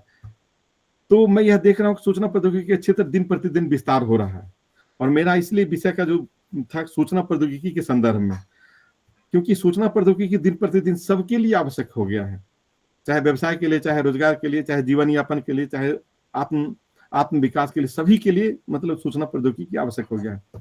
फिर हम देखते हैं कार्यक्रम का संचालन करते हैं, जो कार्यक्रम हिंदी का कार्यक्रम होता है। आजकल क्या हो गया, दिल्ली वगैरह में बहुत सारे जो कॉर्पोरेट हैं वो हायर करते हैं इवेंट मैनेजर को, और वो अच्छे पैसे लेते हैं, 3 लाख 4 लाख रुपया एक कार्यक्रम को निष्पादित करने के लिए लेते हैं। यदि आपके पास कला है, मंच संचालन का कार्यक्रम पता है, कार्यक्रम संचालन के अगर आपके पास कौशल है, तो निश्चित रूप से आपको रोजगार मिलेगी और रोजगार की ये अवसर है। दूसरी बातें मैं यह बताना चाहूंगा कि जितनी भी चीजों के बारे में मैं चर्चा करना चाह रहा हूँ, सबके लिए भाषा कौशल जरूरी है। अब जब तक नहीं आपके पास भाषा कौशल नहीं रहेगा तब तक उसको कार्य रूप में आप नहीं प्रस्तुत कर सकते हैं, उसको कार्य के रूप में दिखा नहीं सकते हैं। जितना भी चीज है, जैसे मैंने आपको बताया कि चाहे वो मीडिया में हो, चाहे अनुवाद में हो, चाहे फिल्म जगत में हो, जैसे या पुस्तक के पब्लिकेशन में हो, चाहे सॉफ्टवेयर डेवलपर हो, सभी जगह भाषा कौशल की जरूरत होती है, और यह भाषा कौशल के ऊपर आपको केंद्रित होना होगा। तभी आपको आसानी से हिंदी के क्षेत्र में रोजगार मिलेंगे, और उसकी आवश्यकता भी है सभी जगह। हिंदी ई टूल्स का निर्माण एवं बिक्री बहुत जगह, जैसे हिंदी ई टूल्स बहुत ही प्रारंभिक अवस्था में है हमारे देश में। अगर इसके हिंदी ई टूल्स बनाया जाए, जैसे कि ट्रांसलेशन का टूल्स हो गया, टाइपिंग टूल्स हो गया, बहुत प्रकार के टूल्स हैं जिसकी जरूरत होती है, और उसको आप निर्माण भी कर सकते हैं और बिक्री भी कर सकते हैं। सूचना प्रौद्योगिकी शोध अनुसंधान शिक्षण प्रशिक्षण, सूचना प्रौद्योगिकी के क्षेत्र में शोध अनुसंधान अगर आप करते हैं तो उसमें भी आपके पास रोजगार के अवसर हैं, क्योंकि उसका भी डिमांड बहुत ज्यादा है। क्योंकि बहुत सारे विश्वविद्यालय हैं वो अपना मांगते हैं कि हमको एक ऐसा पैकेज हो जिसमें हमको एग्जामिनेशन पैटर्न तैयार हो जाए, जिसमें हम 500-600 मॉडल क्वेश्चन का रहे और हम उस मॉडल को हम यूज करते रहें। यदि आप शोध अनुसंधान के 500 प्रकार के, चाहे हिस्ट्री हो, सिविक्स हो, ज्योग्राफी हो, या अन्य भाषा हो, या कोई कॉम्पिटिटिव एग्जामिनेशन हो जैसे एसएससी का एग्जाम होता है, तो इन लोगों के लिए भी शोध अनुसंधान की जरूरी है कि उनको हर एक प्रकार का क्वेश्चन युग के अनुसार, समय के अनुसार, परिस्थिति के अनुसार और डोमेन एरिया के अनुसार उन्हें क्वेश्चन बनाया जाए और उसके माध्यम से प्रतिभागी का परीक्षण किया जाए। इस क्षेत्र में अनुसंधान और विकास की आवश्यकता है। शिक्षण प्रशिक्षण के क्षेत्र में आवश्यकता है, जहाँ की आप ये सब सारे क्षेत्र में है कि आप अपना एक तरह से व्यवसाय कर सकते हैं, व्यापार कर सकते हैं और वाणिज्य स्थापित कर सकते हैं। आप लोगों को मेरी आवाज आ रही है सर? जी जी बिल्कुल आ रही है सर। हाँ जी, मेरी आवाज तीव्र तो ज्यादा नहीं है कि सब लोग समझ रहे हैं? हाँ हाँ एकदम सहज एवं सरल है सर, मधुर आवाज है, कोई दिक्कत नहीं सर। ठीक है, मैं आगे बढ़ रहा हूँ। पुस्तक पत्रिका समाचार पत्र का प्रकाशन वितरण, पाठ्य पुस्तक, संदर्भ ग्रंथ, शब्दकोश, पत्रिका, समाचार पत्र। मैं आपको बताना चाहूंगा कि जैसे ऑक्सफोर्ड यूनिवर्सिटी है या चैम्बर है, वहाँ हर एक साल ऑक्सफोर्ड का न्यू वर्जन होता है, और हमारे देश में अभी इसकी आवश्यकता है। तो अगर इस क्षेत्र में भी काम करें तो रोजगार है। हर एक साल शब्दकोश बना जाए। हमारे यहाँ भारत में 22 भाषाएं हैं और हर एक का अद्यतन शब्दकोश बनाने की आवश्यकता होती है। और शब्दकोश नहीं, महाकोश है, विश्वकोश है, अनेक प्रकार की हैं जो कि हमारे देश की आवश्यकता है।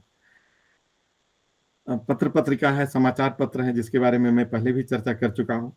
2-3 पत्रिकाएं हैं जिसमें आपको आशा लगता है कि करोड़ों का मतलब जो है उसमें वाणिज्य होता है, जैसे प्रतियोगिता दर्पण है, कंपटीशन सक्सेस रिव्यू है। ये सब पूरे के पूरे देश भर में बिक्री होते हैं। सारे जो प्रतियोगिता की तैयारी करने वाले छात्र होते हैं वो निश्चित रूप से पढ़ते हैं। तो पत्रिका सामान्य पत्रिका नहीं होकर के छात्र की पत्रिका हो जाता है, और मनोरंजन जगत से ज्यादा लोग उसको पढ़ते हैं। ये देखिए बहुत सारी पत्रिकाएं हैं जिसके बारे में प्रकाशन होती रहती है। ये देखिए सारी पत्रिकाएं, ये दिल्ली से प्रकाशित हो रही हैं, सारी पत्रिकाएं हैं। ये बेंगलुरु से हो रहा है, हैदराबाद से हो रहा है, चंडीगढ़ से है, लेह से है, ये मैसूर से है, कोची से है, विशाखापट्टनम से है, आगरा से है, देहरादून से, अनेक अनेक जगह से बहुत सारी पत्रिकाएं होती है। ये इस जो अभी मैं दिखाना चाह रहा हूँ, दिल्ली से जो प्रकाशित तकनीकी साहित्य होता है, इसको डेसीटॉक इस पर काम करते हैं। मतलब तकनीकी साहित्य का जो हमें जरूरत होती है वह इस क्षेत्र में काम करते हैं। जितने भी आधुनिक रक्षा प्रौद्योगिकी के क्षेत्र में जो अनुसंधान होता है, विकास होता है, या जो भी उपलब्धियां हासिल होती है, यह इस पत्रिका के माध्यम से जान सकते हैं। या जितनी भी रक्षा प्रौद्योगिकी से संबंधित विषय है उसमें यहाँ जो है सो नियमित रूप से त्रैमासिक पत्रिका निकलती है, और विशेषांक भी निकलती है, जैसे प्रौद्योगिकी विशेष हम बोल रहे हैं, और इसका क्वार्टरली तो निकलता ही निकलता है जो कि बाइलिंगुअल होता है। तो आप इससे तकनीकी साहित्य को सीख सकते हैं, समझ सकते हैं। और ऐसे भी बहुत सारे जो प्रयोगशालाएं हैं वो हर एक साल सेमिनार करते हैं, तो उसकी भी पत्रिकाओं में से आप जान सकते हैं। एनुअल रिपोर्ट वगैरह सभी होते हैं। बहुत सारी चीजें आप तकनीकी के बारे में जान सकते हैं, और वह पुस्तक के रूप में भी मिलता है। बहुत सारे वैज्ञानिक पुस्तक भी लिखते हैं जिसको आम छात्र पढ़ सकते हैं और उससे लाभ ले सकते हैं। कि जैसे आजकल जो हमारा देश के प्रधानमंत्री जी हैं, उनकी आकांक्षा है कि तकनीकी के क्षेत्र में, चिकित्सा के क्षेत्र में, प्रबंधक के क्षेत्र में हिंदी में पढ़ाया जाए। इसके लिए बहुत सारे आईआईटी ने एक एक सेक्शन निर्धारित किया है जिसमें हिंदी माध्यम से, तेलुगु माध्यम से, उस क्षेत्र के माध्यम से वह जो है सो तकनीकी शिक्षा बीटेक और एमटेक की उपाधि दी जाए और उसका शिक्षण प्रशिक्षण निष्पादित किया जाए। उसी तरह चिकित्सा का भी बात हो रहा है। और मैं यह गौरव के साथ कहना चाहता हूं कि हमारे यहाँ पहले से ही तकनीकी साहित्य लेखन की परंपरा थी, लेकिन बीच में थोड़ा सा कहीं न कहीं एक तरह से आक्रमणकारी के कारण से देश हमारा प्रभावित हुआ, चाहे मुगल आक्रमण हो, चाहे अंग्रेजों का आक्रमण हो, या गुलामी के कारण से ये जो बीच का जो 7-8 साल कह सकते हैं, 7-8 साल नहीं 10 साल से ज्यादा कह सकते हैं, जिसके कारण से हमारा जो लेखन या हमारा जो साहित्य सृजन का काम हुआ कहीं न कहीं मतलब पीछे हुआ। लेकिन अब हम लोग उस गति को प्राप्त कर लिए हैं, जिससे कि तकनीकी साहित्य का लेखन हो रहा है। और आने वाले समय में मैं यह महसूस कर रहा हूँ कि अनेक विश्वविद्यालय में, महाविद्यालय में जो जिस क्षेत्र के छात्र हैं वो हिंदी माध्यम से मेडिकल की डिग्री, एमबीबीएस की उपाधि प्राप्त करेंगे, एमएस करेंगे, या जो भी वो सुपर स्पेशलिटी कोर्स करना चाहेंगे वो हिंदी माध्यम से करेंगे। इस हम विकास यात्रा की ओर बढ़ रहे हैं और इसके लिए बहुत सारे संस्थाएं हैं जो कि बहुत अच्छा काम कर रहा है, जैसे अनुवाद मिशन है, और जैसे मैं बताया कि जो अखिल भारतीय तकनीकी परिषद है, तकनीकी शिक्षा परिषद है, वो भी इस पर काम कर रहा है, जो कि अनुवादनी सॉफ्टवेयर को डेवलप करने के लिए बहुत मुहिम चलाए हैं और उस पर काम हो रहा है वहाँ पर। और अनुवाद मिशन है, मैसूर में ही है, और वहीं पर एक भारतीय भाषा संस्थान भी है, CIL भी है, जो कि भाषा के क्षेत्र में बहुत सारा काम कर रहे हैं, जिससे आने वाला समय में चाहे प्रबंधन का क्षेत्र हो, चिकित्सा का क्षेत्र हो या तकनीकी का क्षेत्र हो, हमें हिंदी भाषा का या अन्य भाषाओं का, जो भारतीय भाषाएं हैं, हर एक विषय से शिक्षण प्रशिक्षण का कार्य निश्चित रूप से निष्पादित होगा। और हम अपना शोध हम अपनी मानसिक या अपनी मातृभाषा में करेंगे, यह गौरव की बात होगी। अगर हम तेलुगु जानते हैं तो हम तेलुगु में अपनी शोध करेंगे, यदि हम कन्नड़ जानते हैं तो हम कन्नड़ में करेंगे। यह दिन आने वाला है और यह बहुत ही विकास की ओर बढ़ रहे हैं। आप देख सकते हैं, ये पुस्तक के बारे में बताया था, न्यूज़पेपर के बारे में बताया था।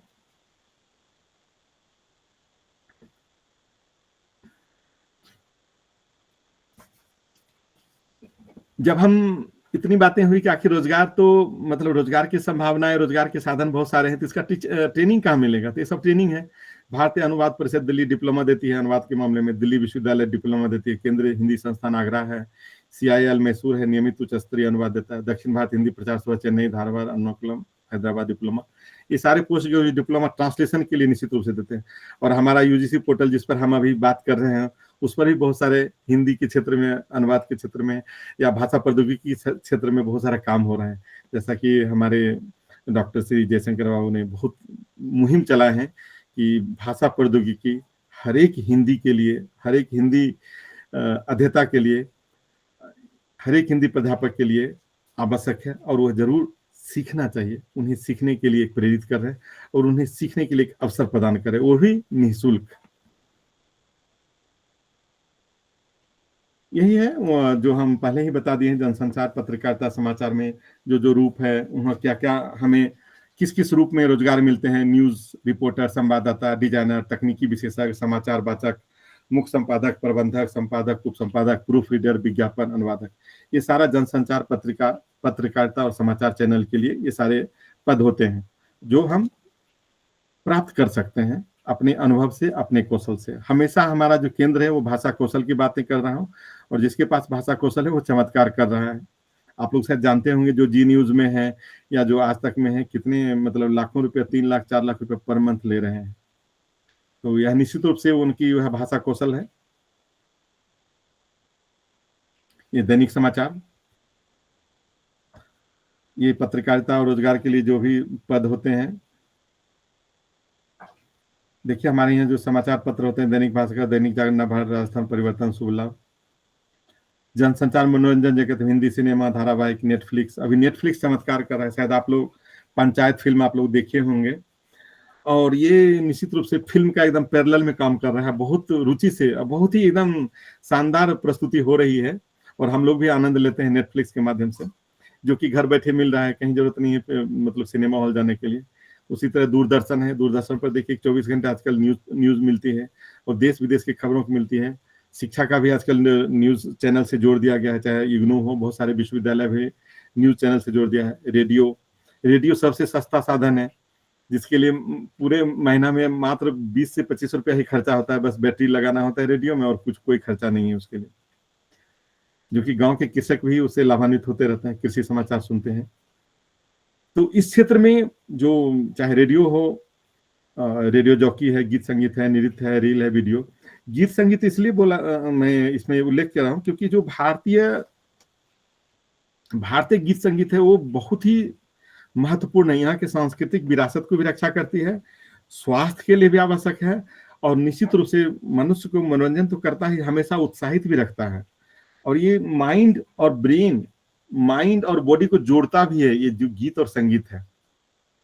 आप दक्षिण भारत के जितने भी देखते हैं, कथक देख लीजिए, चाहे भरतनाट्यम देख लीजिए, जो भी दक्षिण भारत के हैं, चाहे उत्तर भारत के जो गीत हैं, ये नृत्य हैं, वह निश्चित रूप से सांस्कृतिक विरासत है, लेकिन साथ साथ हमारे स्वास्थ्य के लिए, हमारे मानसिक स्वास्थ्य के लिए बहुत ही उपयोगी है। और इस क्षेत्र में भी रोजगार के अवसर हैं। एक एक प्रस्तुति के लिए 1-1 लाख रुपया लेते हैं, जो मतलब इस क्षेत्र में अपना प्रसिद्धि हासिल किए हुए हैं। रील बना रहे हैं, आप लोग देख ही रहे हैं, रील का गूगल पे कर रहा है, वीडियो का गूगल पे कर रहा है, और बहुत सारे वीडियो को जो है सो फिल्मी दुनिया भी एक्सेप्ट कर रहे हैं। ये थोड़ा सा फिल्मी दुनिया का झलक मिली, जैसे लोकप्रिय फिल्म रहा गीतकार। अब मैं फिर से थोड़ा सा एक केवल फोटो के माध्यम से दिखाना चाहूंगा कि हिंदी क्षेत्र में रोजगार के अवसर कहाँ कहाँ है। हिंदी प्रोफेसर, प्रेरक वक्ता, जिसको बोलते हैं कि मोटिवेटर। बहुत सारे मोटिवेटर हैं जो कि 3 लाख 4 लाख रुपया लेते हैं। वो हिंदी में प्रेरित करते हैं, लाखों लोगों को प्रेरित करते हैं। प्रेरक वक्ता, लाइफ स्किल कोच जिसको बोलते हैं, वो भी होते हैं। बिक्री अधिकारी, सेल्स, जैसे हम कैमरा खरीदने के लिए जाते हैं या टीवी खरीदने जाते हैं, कार खरीदने जाते हैं, तो सेल्स एग्जीक्यूटिव मिलता है। यदि जो ग्राहक है अगर उस भाषा में बात करता है तो ग्राहक को आसान होता है समझने में, और इसीलिए सेल्स मैनेजर के अगर हिंदी ग्राहक पहुंचा है तो सेल्स मैनेजर हिंदी वाले आते हैं। तो निश्चित रूप से यदि आपको हिंदी भाषा का ज्ञान है तो आप सेल्स एग्जीक्यूटिव का भी भूमिका निभा सकते हैं और अपना रोजगार को प्राप्त कर सकते हैं। यूट्यूब ब्लॉगर, बहुत सारे हमारे मित्र हैं जो कि ब्लॉगर से भी बहुत अच्छा कमाई कर रहे हैं। वो साहित्य में डेली कुछ न कुछ लिखते रहते हैं, और ऐसे भी बहुत सारी चीजें हैं, जैसे ट्रेनिंग के बारे में, टीचिंग के बारे में, किसी भी चीज के बारे में, जैसे आजकल खान पान हो गया, चाहे आजकल योगा के बारे में, स्वास्थ्य के बारे में, हजारों विषय हो गए जिसके ऊपर मतलब जो है सो यूट्यूब ब्लॉगर का काम हो रहा है और उससे अच्छी आय हो रही है। सिनेमा कथा लेखक, ये बहुत ही इंपॉर्टेंट है, और मैं बताना चाहूंगा जो कंटेंट राइटर होते हैं, एक फिल्म का 4 लाख 5 लाख रुपया लेते हैं अगर वो उसका स्क्रिप्ट लिखते हैं। तो इस क्षेत्र में भी रोजगार के अवसर हैं, जिसमें सिनेमा का या धारावाहिक का कहानी लिख सकते हैं। अब रामानंद सागर जो है सो आप समझ सकते हैं कि विश्व प्रसिद्ध इसलिए हो गए क्योंकि उन्होंने रामायण का एक अद्भुत मतलब उन्होंने एक तैयार कर लिया था, कथा लेख। हिंदी सॉफ्टवेयर विशेषज्ञ अगर बनते हैं तो उसमें भी बहुत सारे हैं, जैसे हमारे आप देख रहे हैं फोटो से बालेंदु शर्मा दधीच जी हैं, पूरे ये हिंदी सॉफ्टवेयर के हेड हैं, तो इन्हें भी बहुत अच्छी अर्निंग हो रही है। और ये एक्सपर्ट हैं, जितने भी हिंदी के सॉफ्टवेयर हैं इससे जुड़े हुए हैं और उसको गाइडलाइन करते हैं, कहीं न कहीं उसमें अनुसंधान करते हैं, उस अनुसंधान में विकास करते हैं। हिंदी के मनुष्य विद्वान, जैसे कहीं संगोष्ठी होता है तो बहुत सारे जो बाहर से जो बुलाए जाते हैं वक्ता को या मनुष्य विद्वान को, तो उन्हें भी 2 लाख 3 लाख रुपया, कहीं 50,000 कहीं 25,000 उन्हें भी दिया जाता है। और वह संगोष्ठी में दूर से आते हैं, और उन्हें अगर आपको विदेश में बुलाया जाता है तो वहाँ तो और ज्यादा मतलब होते हैं। मान लीजिए कि इंग्लैंड में सेमिनार हो रहा है हिंदी के ऊपर, अगर आप यहाँ से जाते हैं तो निश्चित रूप से जाने का व्यय भी देता है और उसमें पैसे भी मिलते हैं। यदि आपको भाषा के विद्वान हैं और आपको एक वक्ता का गुण विद्यमान है तो निश्चित रूप से आपके पास रोजगार के अवसर असीम है। आप चाहे 85 ईयर्स हो गए, 95 ईयर्स हो गए, आपके पास रोजगार हमेशा सुरक्षित रहेगा। हिंदी टंकक आजकल कंप्यूटर से हो रहा है, लेकिन बहुत सारे जगह जो है सो बहुत इसकी डिमांड हो रही है। हालांकि लगता है क्या कि हम पेज वाइज ट्रांसलेशन करते हैं, लेकिन ऐसा नहीं है। टंकन जो हो रहा है, जहां अगर आप कोर्ट में जाएंगे तो वहां टंकन बहुत अच्छा से हो रहा है, और जो वकील होता है उसको पता रहता है कि हमारा टंकन जो है सो पूरा का पूरा ड्राफ्ट बना देगा केस का, और वह एक केस का 2,000 से 3,000 रुपया लेता है और दिन में 4-5 कर लेते हैं। तो समझ जाए कि एक जो टाइपराइटर है वहां जो टाइपिंग करता है वो 5,000 10,000 रुपया रोज कमा लेते हैं। और आपको पता ही होगा कि जहां विश्वविद्यालय जहां शोध कार्य हो रहे हैं हिंदी में, वहां भी मतलब जो है टंकन का लेता है, वो भी पूरा का पूरा पैकेज में ही लेता है। हम इस शोध का पूरा पेपर कर देंगे तो 10,000 15,000 20,000 ऐसे वो उनका डिमांड करते हैं, और देते भी हैं, क्योंकि समय बहुत कम हो पाता है लोगों के पास जो कि टाइप करें, और टाइप अपना व्यवसाय के रूप में वो चलाते रहते हैं। तो सामान्य कार्यालय में तो है ही, लेकिन ये 2 जगह रोजगार के बहुत अच्छे अवसर है। मैं खासतौर पर ये कोर्ट, चाहे वो जिला स्तर का कोर्ट हो, चाहे राज्य स्तर का कोर्ट हो, राजधानी का कोर्ट हो, चाहे सुप्रीम कोर्ट हो, सभी जगह मतलब वहां पर जो है सो टाइपिस्ट की डिमांड होती है। और उसके अलावा भी केवल वही नहीं है, बहुत सारे जगह हैं जहां टाइपिस्ट की डिमांड होती है। अब एक नया रोजगार आया है कि जैसे गाइड हो गया। अब जैसे कि हमारे दक्षिण भारत के लोग जाते हैं उत्तर भारत के लोग दक्षिण भारत आते हैं, वहाँ गाइड है। गाइड में भी रोजगार का अवसर मिलते हैं। यदि आप उस विशेष स्थल को, उस ऐतिहासिक स्थल के बारे में आप हिंदी में अच्छा समझा सकते हैं, या उस भाषा में आप समझा सकते हैं जिस भाषा के आपके मतलब टूरिस्ट आए हुए हैं, तो आपको 2000, 3000, 5000 मिलता है। अगर दिन में 5 अगर टीम को आप कर देते 20 से 25,000 रुपया हो गया। तो रोजगार के साधन तो है पर्यटक गाइड। और ये बात मैं बता दूं कि गाइड लगता है गाइड है, लेकिन इसको होटल से भी बहुत सारे मिलते हैं। जहाँ रेस्टोरेंट रहते हैं, रेस्टोरेंट से मिलते हैं। जो कैब कनेक्ट कर देता है, कैब से संयोजन करता है, उससे भी मिलता है। यह नाम का रहता है पर्यटक गाइड, लेकिन इसके पास सारा अनुभव रहता है और ये अच्छे कमाई करते हैं। महीना में 1.5-2 लाख रुपया जो अच्छी जगह जहाँ है, चाहे आगरा हो, चाहे दिल्ली हो, बेंगलोर हो, जहाँ जहाँ शहर में है, तो वहाँ अच्छा अर्निंग हो जाता है। लेकिन उन्हें उस भाषा का ज्ञान होना चाहिए, दूसरी भाषा का भी ज्ञान होना चाहिए, जिस क्षेत्र का पर्यटक को वो मतलब जो है सो मार्गदर्शन करना चाहते हैं। सॉफ्टवेयर डेवलपर, मैं पहले भी बोला कि हमारे देश में सॉफ्टवेयर की डेवलपमेंट की बहुत डिमांड हो रही है और जरूरत भी है। भारतीय भाषाओं में सॉफ्टवेयर डेवलपमेंट की आवश्यकता भी है। इस क्षेत्र में भी बहुत सारे मिल रहे हैं। खासतौर पर सीडेक वगैरह सबके पास तो अच्छा पैकेज मिलता है। सीडेक हो गया, गूगल हो गया, माइक्रोसॉफ्ट हो गया। इसमें तो हिंदी सॉफ्टवेयर डेवलपर की मांग होती है और अच्छे पैसे मिलते हैं उसमें। बीपीओ आउटसोर्सिंग, आप देखते हो कि हमारा और उत्तरी अमेरिका का जो स्थिति है, दिन और रात का अंतर होता है। बहुत सारे यहाँ जो दिन होता है तो वहाँ रात होती है, तो मतलब वहाँ सवेरा होने वाला होगा या सवेरा हो चुका होगा। तो इस तरह से देखते हैं कि बहुत सारा रोजगार का साधन दे रहा है बीपीओ आउटसोर्सिंग के लिए, और अच्छे रोजगार मिल रहे हैं इसमें। यदि आपको अच्छा से बोलने के लिए आता है और समझ शक्ति अच्छी है, तो आप इसमें बीपीओ आउटसोर्सिंग कर सकते हैं। और ऐसा कोई जरूरी नहीं कि आप आउटसोर्सिंग में सब दिन आउटसोर्सिंग करेंगे, बाद में आप हो सकता है उसका मैनेजर बन जाए, बाद में हो सकता है आप अपना इंडिपेंडेंट यूनिट खोल सकते हैं बीपीओ आउटसोर्सिंग का। उसमें अलग अलग वेंचर शुरू कर सकते हैं। प्रारंभ तो काम से होगा और काम की कौशल ही आपको ऊंचाई तक ले जा सकता है। भारतीय संस्कृति, पर्यटन एवं गाइड, मैं इसमें 2-3 बातों के ऊपर उल्लेख करना चाहूंगा। भारतीय सांस्कृतिक विरासत, बहुत सारे विदेशी भारतीय संस्कृति को जानने के लिए आते हैं और उनको वो गाइड चाहिए जो कि मान लीजिए खजुराहो का मंदिर है उसके बारे में बताए, या मतलब भुवनेश्वर का जो सूर्य मंदिर है उसके बारे में बताएं कि इसकी खासियत क्या है, इसकी क्या विशेषताएं हैं। और आपको आश्चर्य होगा कि हमारे देश में बहुत सारे जो ऐतिहासिक स्थल है उसका विवरण विदेशी जो पर्यटक आते हैं उनके पास बहुत अच्छी बुक होती है, अंग्रेजी में, पुर्तगीज में। तो आपको आश्चर्य होगा कि यहाँ के जो लोग हैं, यहाँ से ज्यादा विदेशी लोग उत्सुक रहते हैं भारतीय संस्कृति को जानने के लिए। तो उन्हें भी हिंदी समझना होता है, तो उसमें भी रोजगार होते हैं। बहुत सारे विदेशी हमारे हिंदी पढ़ते हैं। आप जानते होंगे भारतीय हिंदी संस्थान है जो कि आगरा में है, और 4-5 जगह है वहाँ विदेशी छात्र पढ़ते हैं। और बहुत सारे संस्थाएं हैं। बेंगलोर में मैं अगर देखूं तो बेंगलोर में तो बहुत सारे CMR यूनिवर्सिटी है या गार्डन सिटी कॉलेज है, वहाँ भी बच्चे पढ़ते हैं, विदेशी पढ़ते हैं, हिंदी सीखने के लिए आए हुए हैं या उपाधि लेने के लिए आए हुए हैं। तो उससे भी आय का सोर्स बढ़ता है, कहीं ना कहीं हमारे विद्यार्थी की संख्या बढ़ती है और होता है। उसी तरह ऐतिहासिक भ्रमण कराते हैं हिंदी शिक्षण विदेशियों के द्वारा, और विदेशी को हम जो है सो आजकल जो है ऑनलाइन ट्यूशन भी लेते हैं। मैं बताना चाहूंगा कि एक क्लास का 5,000-7,000 देते हैं, जो कि विदेशी मान लीजिए को न्यूजीलैंड से हैं। यदि आप अंग्रेजी में सरलता से उसको समझा सकते हैं लिंक लैंग्वेज के माध्यम से, तो अच्छे ट्यूशन देते हैं। ऑनलाइन आप ट्यूशन दे सकते हैं, उसको हिंदी पढ़ा सकते हैं। ये बहुत अच्छी बात है। और मैं बताया कि ऐतिहासिक स्थल, भारतीय सांस्कृतिक विरासत के लिए जो गाइड होते हैं उसको भी अच्छा पैसा मिलता है। तो इस क्षेत्र में भी रोजगार के अवसर है। अब आगे योग, प्राकृतिक चिकित्सा, आयुर्वेद एवं भारत दर्शन, चिंतन, शिक्षण, प्रशिक्षण। जिसे हमारे यहाँ बहुत सारी जड़ी बूटी है, हम लोग समझते हैं, और हमारे यहाँ के बहुत सारे जो गांव के लोग हैं वो अच्छे समझते हैं। उसको विदेशी समझने आता है और उसका समझता है कि उसका प्रकृति क्या है। जड़ी बूटी हो गया, योग दर्शन हो गया। और आप देख सकते हैं कि योग जो है सो केवल योग जीवन का शैली हो गया है। इलाज का तरीका तो है ही, लेकिन यह जीवन का शैली हो गया है और भारतीय के लिए बहुत गौरव की बात है। और जो योग ट्रेनिंग देते हैं, क्योंकि ये भारतीय परंपरा से जुड़ी हुई होती है, तो उनको भी आराम से रोजगार मिलता है। भारतीय साहित्य का अनुशीलन एवं शोध, भारतीय साहित्य का अनुशीलन एवं शोध। बहुत सारे क्या होते हैं, विदेशी छात्र होते हैं, भारत में आकर के शोध करते हैं, तो वो भी बहुत सारे गाइड को पैसा देते हैं, शिक्षण संस्थान को पैसा देते हैं, उससे भी हमें अर्निंग होता है।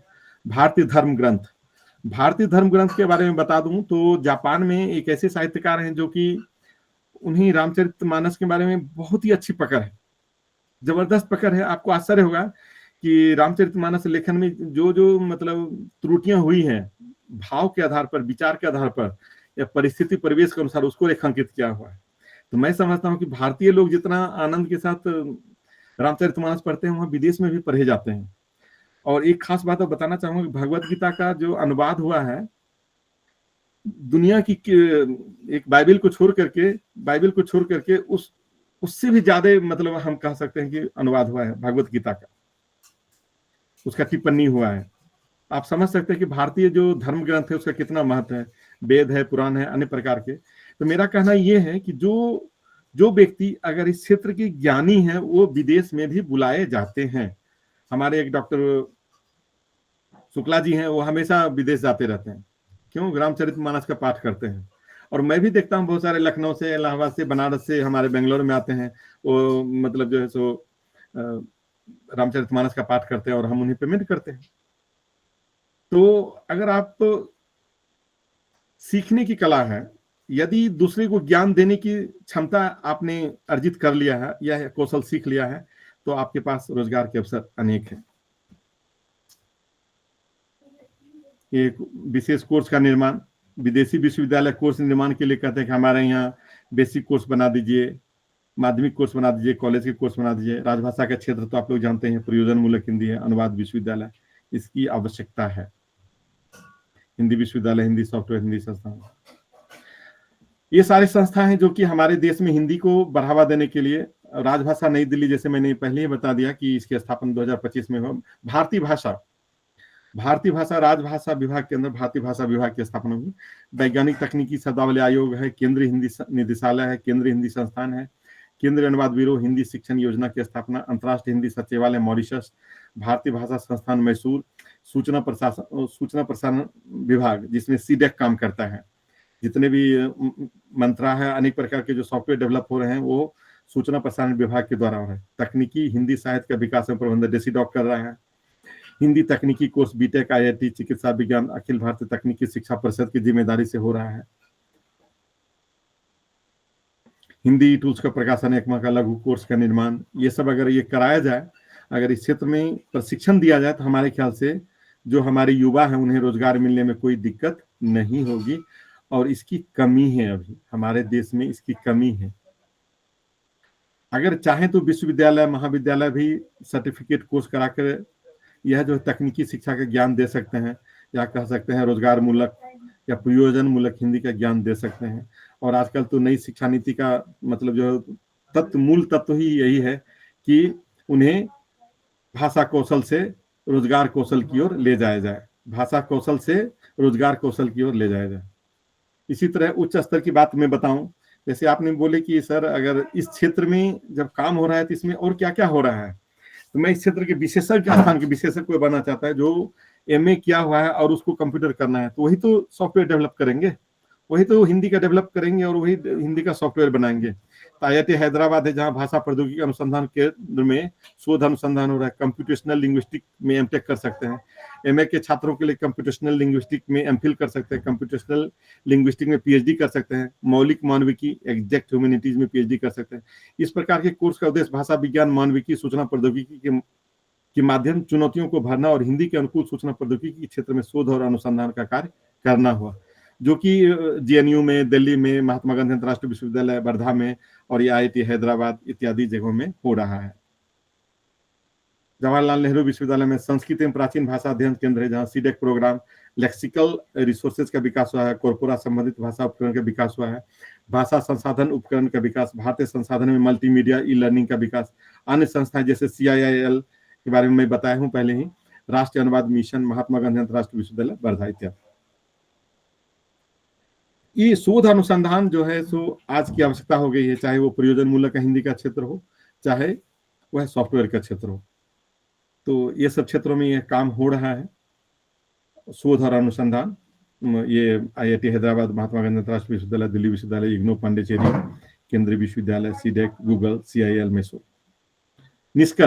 निष्कर्ष में यह बताना चाहूंगा, सूचना प्रौद्योगिकी के साधन अनुप्रयोग से हिंदी के क्षेत्र में रोजगार के अवसर बढ़े हैं।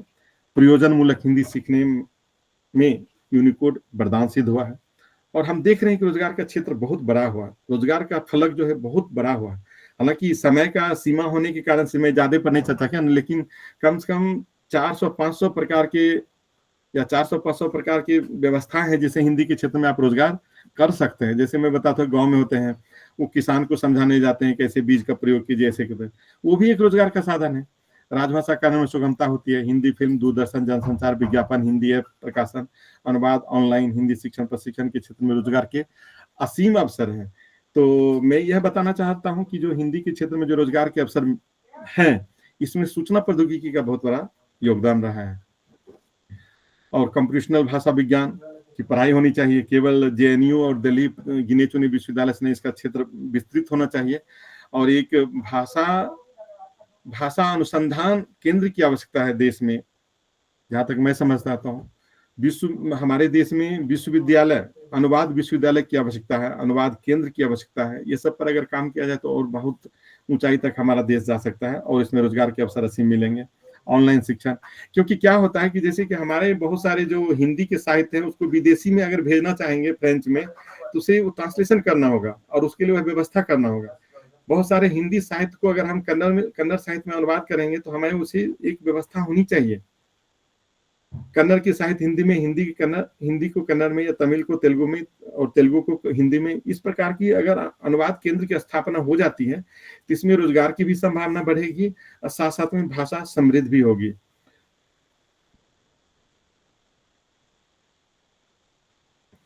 कोई जिज्ञासा, कोई प्रश्न हो, पूछ सकते हैं। बहुत बहुत धन्यवाद आदरणीय। वास्तव में आपने अपने एक वृहद अनुभव जो आपका कार्यक्षेत्र रहा है, उस कार्यक्षेत्र के अंतर्गत जो आपने श्रम किया है, जो मेहनत किया है, जो आपका अनुभव है, उसके माध्यम से आप करीब 1 घंटा 20 मिनट के वक्तव्य के दौरान यूनिकोड, TDIL और अनेकों सॉफ्टवेयर, हिंदी जो सॉफ्टवेयर है उनके बारे में विस्तृत रूप से हमारे श्रोताओं को रूबरू कराया और उसके साथ साथ विशेष रूप से जो रोजगार के क्षेत्र हैं, चाहे वह राजभाषा का क्षेत्र हो, अध्ययन अध्यापन का क्षेत्र हो, ई शिक्षा का क्षेत्र हो, डिजिटल सामग्री सृजन का क्षेत्र हो, जैसे यूट्यूब हो, ब्लॉग्स हो, ब्लॉग्स के माध्यम से जो क्रिएट करते हैं इत्यादि, मीडिया एवं जनसंचार का क्षेत्र हो, प्रेरक वक्ता के रूप में, संचालक, कवि सम्मेलन, बिक्री अधिकारी, सिनेमा कथा लेखक, हिंदी सॉफ्टवेयर विशेषज्ञ, विशेष पाठ्यक्रम सामग्री निर्माता इत्यादि के क्षेत्र में बहुत ही विस्तृत आपने आज अपने प्रेजेंटेशन के माध्यम से हम सभी को रूबरू कराया। मैं हृदय की अनंत गहराइयों से आपका आभार व्यक्त करता हूं। सर, आपने विशेष रूप से जब राजभाषा से संबंधित जितने भी पद हैं, चाहे वह भारत सरकार के अंतर्गत हो, मंत्रालयों में हो, अधीनस्थ कार्यालयों में हो, या पब्लिक सेक्टर PSU में हो, या बैंकिंग क्षेत्र में हो, उसमें जो तमाम तरह के पदे हैं उनके बारे में आपने बहुत अच्छे से विस्तार रूप से बताया था। इससे संबंधित सर, वर्तमान समय पे क्या काफी पहले से इस तरह के पद विदेशों में भी सृजित किए गए हैं। विदेशों में हिंदी अधिकारी, या यूं कहें हिंदी एवं संस्कृति अधिकारी के रूप में जो नियुक्तियां होती रही हैं, बीच में काफी दिनों तक वह नियुक्तियां नहीं हो पाई थी किसी कारणवश। जैसे वर्तमान समय पे हम देख पा रहे हैं कि वर्तमान समय पे कुल 6 देशों में अभी हिंदी एवं संस्कृति अधिकारी के पद पर नियुक्ति हुई है, जिसमें मैं संक्षिप्त रूप से जिक्र करना चाहूंगा, जिसमें थाईलैंड है, मॉरिशस है, फिजी है, त्रिनाड एवं टोबैको है, नेपाल है और लंदन। यह 6 देश है जहां पर अभी भारत सरकार ने हिंदी एवं संस्कृति अधिकारी के पद पर संबंधित अधिकारियों का नियुक्ति किया है और यह विशेष सचिव के रूप में जो भारतीय दूतावास रहते हैं विभिन्न देशों में, वहां पे इनकी नियुक्ति की जाती है, ताकि यह भाषा के साथ साथ भारतीय संस्कृति का प्रचार प्रसार उस देश में कर सकें। तो एक बार पुनः मैं आपका आभार व्यक्त करता हूं इतने सुंदर प्रस्तुति के लिए। मैं निवेदन करना चाहूंगा जितने श्रोता जुड़े हुए हैं कि आप लोग अपने प्रश्न से, अपनी जिज्ञासाओं से आज के इस राष्ट्रीय कार्यशाला को जीवंत बनाएं। आप सभी का स्वागत है। एक्सक्यूज मी सर, सर आवाज आ रही है? जी जी, आपकी आवाज आ रही है मैम, अपने प्रश्न को रखें आप। हाँ, सभी को नमस्कार। सर, आपका बहुत बहुत धन्यवाद। आपने कोई भी क्षेत्र ऐसा नहीं छोड़ा जहाँ हिंदी की संभावनाएं नहीं बताई हों। तो छोटे से छोटा, बड़े से बड़ा, सभी चीजें आपने बताई जहाँ हिंदी के प्रति हमें रोजगार मिलता है। अब सर मेरा प्रश्न ये है कि कॉलेज में ना एक राजभाषा समिति बनाई गई है और उस समिति के तहत हमें ये कहा गया है कि आप हिंदी को आगे बढ़ाएं और कॉलेज में हिंदी में काम करें। तो हिंदी में काम करने के लिए एक तो वेबसाइट हमने हिंदी में बना दी और जहाँ भी इंग्लिश में लिखा हुआ था जैसे लाइब्रेरी तो वहाँ पुस्तकालय लिख दिया और सेमिनार हॉल था तो वहाँ संगोष्ठी कक्ष लिख दिया। ये सारी चीजें तो हमने कर दी हैं और कुछ ऐसा आप बताएं जिससे हम कॉलेज में हिंदी को आगे बढ़ा सकते हैं। बहुत थैंक यू अच्छा सर। प्रश्न है मैडम, बहुत अच्छा प्रश्न है। और आपने जिज्ञासा जाहिर की तो यह गौरव की बात है। देखिए, महाविद्यालय विश्वविद्यालय में मैं जाता रहा हूँ, तो एक तो लैंग्वेज प्रयोगशाला अगर बना लें तो आपके लिए बहुत अच्छा होगा। जहाँ यूनिकोड की जब मैंने बात किया, बच्चे पीपीटी बना लेंगे अपने से, बच्चे अपना जो है सो आपके यहाँ जो पत्रिका प्रकाशित होगा उसका फ्रंट पेज बना लेंगे या उसका डिजाइनिंग कर लेंगे पूरा। तो पहला क्या मैं बताया आपको सर मैडम कि आप लैंग्वेज लैंग्वेज लैब बनाइए, कंप्यूटर जो सेल होता है उसी के साथ बना लीजिए, नहीं तो हिंदी डिपार्टमेंट या हिंदी वो कर सकते हैं। दूसरी जो बातें होता है, जो आप प्रोजेक्ट करते हैं, प्रोजेक्ट में आप हर एक बच्चों को टाइपिंग दीजिए, हर एक बच्चों को यह काम दीजिए कि वो वर्ड बनाए, वर्ड को लेखन करें, उसका उपयोग करें, क्योंकि बहुत कम जगह हो रहा है। और एक ऐसा आप अपना वहाँ स्टूडियो बनाएं, क्योंकि महाविद्यालय में एक होता है कि आप यदि आज बोलते हैं, हो सकता है 4 साल 5 साल लग जाए, लेकिन होगा कि कोई ऐसी मैडम थी जिन्होंने इसका सूत्रपात किए थे, तो आज नहीं हो तो कल हो। तो एक स्टूडियो जहां आज देख सकते हैं कि वीडियोग्राफी हो रही है, वीडियोग्राफी की जरूरत होगी और अच्छे से वीडियो बनाए जाएंगे और वह वीडियो जो है बिक्री होगी। अगर वो अच्छा से स्टूडियो बन गया तो वहां पर नाटक की प्रस्तुति भी हो सकती है, नाटक का मंचन भी हो सकता है। आप कौशल से समृद्ध कर सकते हैं। ये सब क्षेत्र हैं जहाँ बहुत जरूरी है। उसके बाद अनुवाद के मामले में जहां तक मैं बताऊं तो हर एक बच्चों को थोड़ा थोड़ा अनुवाद जानना चाहिए, थोड़ा थोड़ा। और मैं बिगिनिंग में ही बताया था कि डीएमआईटी सेल है, आपके बच्चों को जब सेलेक्ट करते हैं तो किस बच्चे को आपको नाटक के लिए लेना है, किस बच्चों के लिए भाषण देने के लिए लेना है या स्पीकर के रूप में लेना है या डायलॉग के लिए लेना है, तो वो डीएमआईटी टेस्ट से पता कर लेते हैं कि हम कौन सा बच्चा को हम किस ओर लें। यदि आप सोचें कि जो बच्चा जो है सो वक्ता के रूप में चाहता है, उद्घोषक के रूप में, और उनको दे देंगे नाटक मंचन के लिए, तो दिक्कत हो जाएगी उनको, क्योंकि वह शैली, वह मतलब जो है सो कौशल नहीं प्राप्त कर पाएगा अभ्यास, बार बार अभ्यास करने पर। लेकिन जो बाय डिफॉल्ट उसके पास मतलब भगवान ने जो दिया है, उसको संवर्धन करने का अवसर या उसको चयन करने का अवसर अगर देते हैं तो आपके लिए बहुत अच्छा होगा। दूसरा, मैंने ग्राफोलॉजी के बारे में बताया, उसके हैंडराइटिंग से पता कर सकते हैं कि उसमें रचनात्मकता है या नहीं, क्योंकि आप बच्चों की हैंडराइटिंग डेली देखते हैं, उसके पोटेंशियल को बढ़ा सकते हैं। ये बहुत चमत्कारिक विषय है। अमेरिका में, जापान में ग्राफोलॉजी भी यूज हो रहा है, डीएमआईटी भी, डीएमआईटी 1925 से ही हो रहा है। तो ये सब से क्या हुआ कि आपकी जो ऊर्जा है ना वो कम होगी खपत, और उसकी उत्पादकता या उसका आउटकम बहुत ज्यादा होगा। यही 5-6 बिंदुओं हैं जिस पर अभी प्रयास करें तो मैं समझता हूँ बहुत अच्छा होगा। बच्चे को क्या हो, नाम के लिए बहुत प्रयास करते थे, वो उनका पत्रिका प्रकाशित कराइए, बहुत अच्छा रहेगा। आप मदद करें, अगर कुछ चाहें तो हमारे जो मंच पर बहुत सारे लोग वो भी आलेख देंगे, आपकी पत्रिका तैयार हो जाएगी।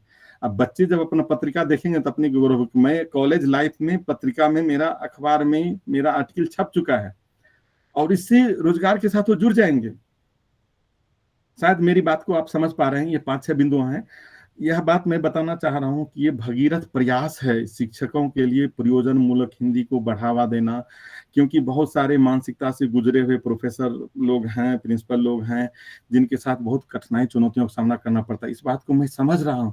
उसके बाद भी हम जो प्रयास कभी छोड़ेंगे नहीं कि हमारा यह प्रयास है कि हमारे जैसे आप देखें कि हमारे जो बीच में उपस्थित हैं डॉक्टर जयशंकर बाबू, कितनी चुनौतियों के बाद एक अच्छा विश्वविद्यालय जहाँ की प्लेसमेंट हो रहा है और जहाँ भाषा प्रौद्योगिकी की ऐसी शिक्षा दी जा रही है।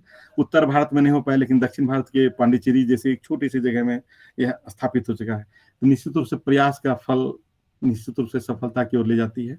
ये 5-6 बिंदुओं था कि ये ग्राफोलॉजी और डीएमआईटी, आप बच्चों को सेलेक्ट कर सकते हैं किसके पास कौन सा पोटेंशियल है, किसमें कौन कौन सा गलती हो रहा है, सुधार कर सकते हैं उसमें। जस्ट मैं, क्योंकि मेरा विषय अलग था, तो हो सकता है आप लोगों को थोड़ा, जैसे टी का थोड़ा सा सुधार देंगे, टी बार ऊपर कर देंगे उसका, तो देखिएगा कि उसका मोटिवेशनल हाई हो जाएगा, एम हाई हो जाएगा, उसका डिटर्मिनेशन पॉजिटिव हो जाएगा। आई का थोड़ा सा चेंज कर देंगे शेप, तो क्योंकि डेली उसको लिखना ही लिखना है, उसका स्ट्रक्चर है थोड़ा सा, लिखता डेली है, लेकिन हम कभी यह ध्यान नहीं देते कि टी का स्ट्रक्चर से उसका जो है पर्सनालिटी डाउन है और पर्सनालिटी अप हो जाएगा, टी का स्ट्रक्चर हम बदल देते हैं। तो उसी तरह डीएमआईटी है, डीएमआईटी फिंगरप्रिंट से है। तो अगर जिस क्षेत्र में जिसको काम करना है तो निश्चित रूप से उत्साहित होकर काम करेगा वो। मैं मानता हूं कि बहुत सारे रोजगार मिल जाता है, लेकिन आप जब सचिन तेंदुलकर की बात सोचिए, वो उस क्षेत्र में, मीडिया के क्षेत्र में चमत्कार कर सकता था, लेकिन वह जो है एक सिंपल इंजीनियर बन करके अपना रोजी रोटी चला रहा है, और 40 के बाद तो फिर नया मतलब व्यवसाय में जाने में भी बहुत चुनौती हो जाता है। तो अभी आप लोग बहुत अच्छे जगह हैं, समाज के निर्माण कर रहे हैं, समाज में परिवर्तन ला रहे हैं, और खासतौर पर युवा को रोजगार से जोड़ देंगे तो निश्चित रूप से हिंदी की दुनिया बदल जाएगी। धन्यवाद। Thank you sir, thank you so much.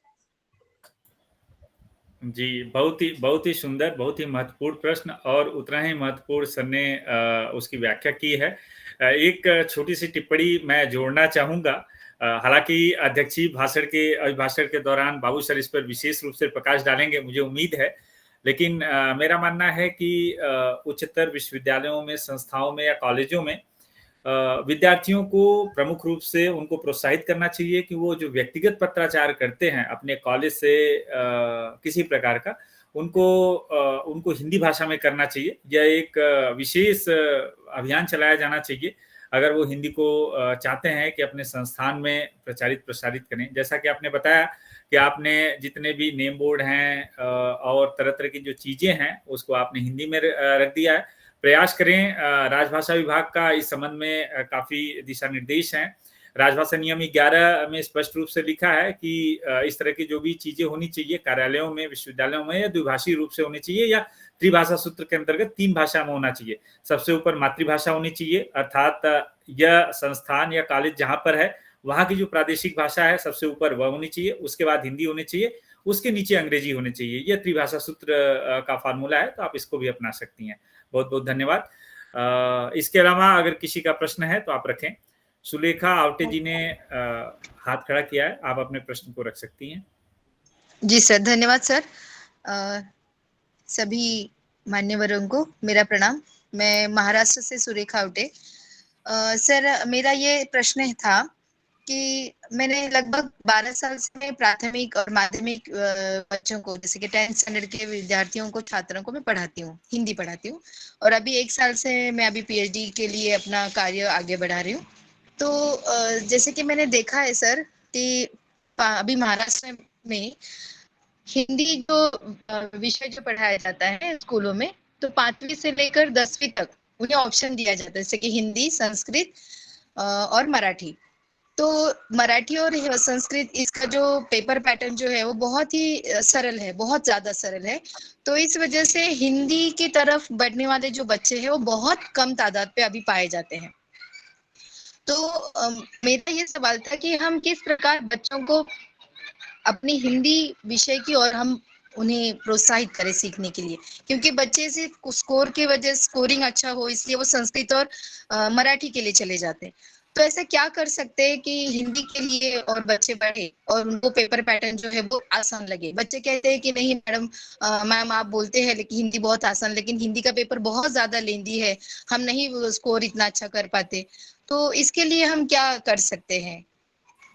बहुत अच्छा प्रश्न है, और इस विषय पर जो है सो मैं 2-3 बातें बताना चाहता हूँ कि जो शिक्षक होते हैं उन्हें बहुत चीज की जानकारी होनी चाहिए। भारत में एक है नागरी लिपि परिषद, भारत में है एक नागरी लिपि परिषद, वो हर एक साल 2 बार कंपटीशन का आयोजन कराती है। आप पत्र लिखिए या आलेख लिख करके भेजिए और उसको पुरस्कृत करते हैं। ऐसे से बहुत सारे संस्थाएं हैं जिसके माध्यम से यदि जुड़ते हैं हिंदीतर क्षेत्र के तो उनको पुरस्कार मिलता है, एक प्रेरणा मिलती है उन छात्रों को कि अरे हमें तो राष्ट्रीय स्तर का पुरस्कार मिला। एक बात। दूसरी बात, मैंने आपको बताया कि आजकल का जो युग है वह द्रव का युग है। जब द्रव कमाने लगता है तो बच्चे में उत्साह बढ़ जाता है। कॉलेज की मैं बात करूं, निश्चित रूप से कॉलेज के बच्चे अनुवाद अगर कुछ करना सीख लेते हैं तो आराम से फ्रीलांसर ट्रांसलेटर के रूप में काम कर सकते हैं, या बहुत जगह मीडिया का रिपोर्ट तैयार करने के लिए, उसको टाइपिंग करने के लिए बहुत कुछ सीख सकते हैं और उससे अर्जन कर सकते हैं पैसे। दूसरी बात, जहां तक होता है आजकल प्रसिद्धि की भी बात होती है, तो प्रसिद्धि की भी बात तभी आप कर पाएंगे जब आपके यहाँ एक व्यवस्थित प्रारूप होगा। अब जैसे कैसे जब कोई कार्यक्रम होता होगा तो आपके यहाँ जैसे निबंध पुरस्कार हो गया या क्विज का आयोजन किए, उसको मीडिया के द्वारा न्यूज़पेपर के माध्यम से प्रकाशित कराएं।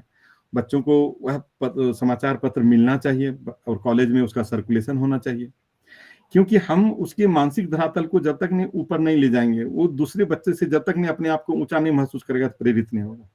एक बात होगी। दूसरी जो बातें हैं, मैं अभी भी जानता हूं कि बहुत सारे जो हमारे हिंदी के प्राध्यापक हैं उन्हें र में ह्रस्व और र में दीर्घ नहीं आता है, तो वह उनका गलती नहीं है, वह सीख, उनको जब वो पढ़ते थे अपने बचपन में तो उन्हें सिखाया नहीं गया है। तो हम केंद्रीय हिंदी निदेशालय से जुड़े हुए हैं, तो उन्होंने एक दिया हुआ हिंदी अल्फाबेट कैसे टंकन करें, कैसे लिखें, उसका दिया हुआ था। अगर बच्चों को, कोई भी बच्चा अगर मान लो थोड़ा सा कठिन हो गया, बशर्ते थोड़ा सा हम रुचि जगा दें, 4 स्टेप से हिंदी अल्फाबेट भी सिखा सकते हैं उसको। जो बच्चे हिंदी लिखना, हम तो वर्णमाला से शुरू करते हैं, कार्यशाला में नहीं जाते हैं तो हम उनको पहले 2 पेज दिखाते हैं कि हिंदी लिखने का तरीका है। बहुत सारे कार्यालय में मैं अ से लेकर ग तक वर्णमाला लेकर जाता हूं कि बहुत सारे टीचर को, बहुत सारे हमारे वैज्ञानिक गण को हिंदी में कितने वर्णमाला होते हैं नहीं पता है, तो हमें उन्हें सिखाना होगा, हम उन्हें सिखाना होगा निश्चित रूप से, हर एक रूप से। ये होगा कि हमें आज जानकारी मिली, उस बच्चे को सिखा दिए, और जैसे ही प्रेरित होगा, प्रेरित होने के लिए 4-5 हैं कि आप उनको, जो कॉलेज में वार्षिक कार्यक्रम होता है, भाषा का कार्यक्रम होता है, भाषा दिवस मनाते हैं, हिंदी दिवस मनाते हैं, भाषा उत्सव मनाते हैं, ये सब अवसर हमेशा ढूंढिए और खोजिए, और उस अवसर पर उनको प्रमाण पत्र दिलाइए उनके प्रिंसिपल से। जो भी थोड़ा सा भी प्रयास करता है प्रिंसिपल से, या जो भी आपके यहाँ मतलब जो है सो बहुत जगह निदेशक भी रहते हैं, तो जब प्रमाण पत्र मिलेगा उसको, साल में 2-3 प्रमाण पत्र मिलेगा तो उत्साह बढ़ेगा। और बहुत जगह होता है कॉलेज की, आप एक संगठन बना सकते हैं भाषा परिषद के संगठन के द्वारा, जिसमें बच्चे भी कंट्रीब्यूट करते रहते हैं, बहुत कार्यक्रम करते रहते हैं। तो ये सब तरीका है, और कुछ चीजें जो कि आपके विद्यालय में, महाविद्यालय में अवश्य रूप से रहना चाहिए। 4-5 हिंदी की पत्रिकाएं, हिंदी का शब्दकोश, अंग्रेजी का शब्दकोश, जिसे छात्र जाने। अब पूरा मतलब बीए में कर चुके हैं, उन्होंने आज तक हिंदी का शब्दकोश नहीं देखा है। विडंबना की बात है कि अगर उसे खोजने के, प्रदक्षिणा का मीनिंग अगर खोजना होगा तो उन्हें पता ही नहीं होगा कि प्रदक्षिणा कैसा, उसका मीनिंग क्या होता है। महत्व का स्पेलिंग सही क्या होता है, वो देखते हैं किताब में यही लिखा हुआ वही लिखेंगे, वो सही नहीं जानेंगे। अंतरराष्ट्रीय शब्द है, वो देखेंगे यही तो सही है, रेफ उसमें लगा हुआ है, सही है। तो मेरा कहना है कि हम बच्चों को सुविधाएं दें और बच्चों को एक प्लेटफॉर्म दें जिसके माध्यम से वह प्रेरित हों, और प्रेरित होने के लिए विद्यालय महाविद्यालय में बहुत सारी व्यवस्थाएं हैं, और इसको जो है सो कोई खर्चा नहीं होता है, सर्टिफिकेट देते हैं, सभी लोगों के सामने मीडिया के द्वारा प्रकाशित होते हैं। और जब भी कोई और भी चुनौती होता हो, आप हमसे संपर्क कर सकते हैं। इतना तो काफी है कि आप प्रेरित कर सकते हैं बच्चों को अपनी क्षमता से, अपने ज्ञान से, अपना कौशल से।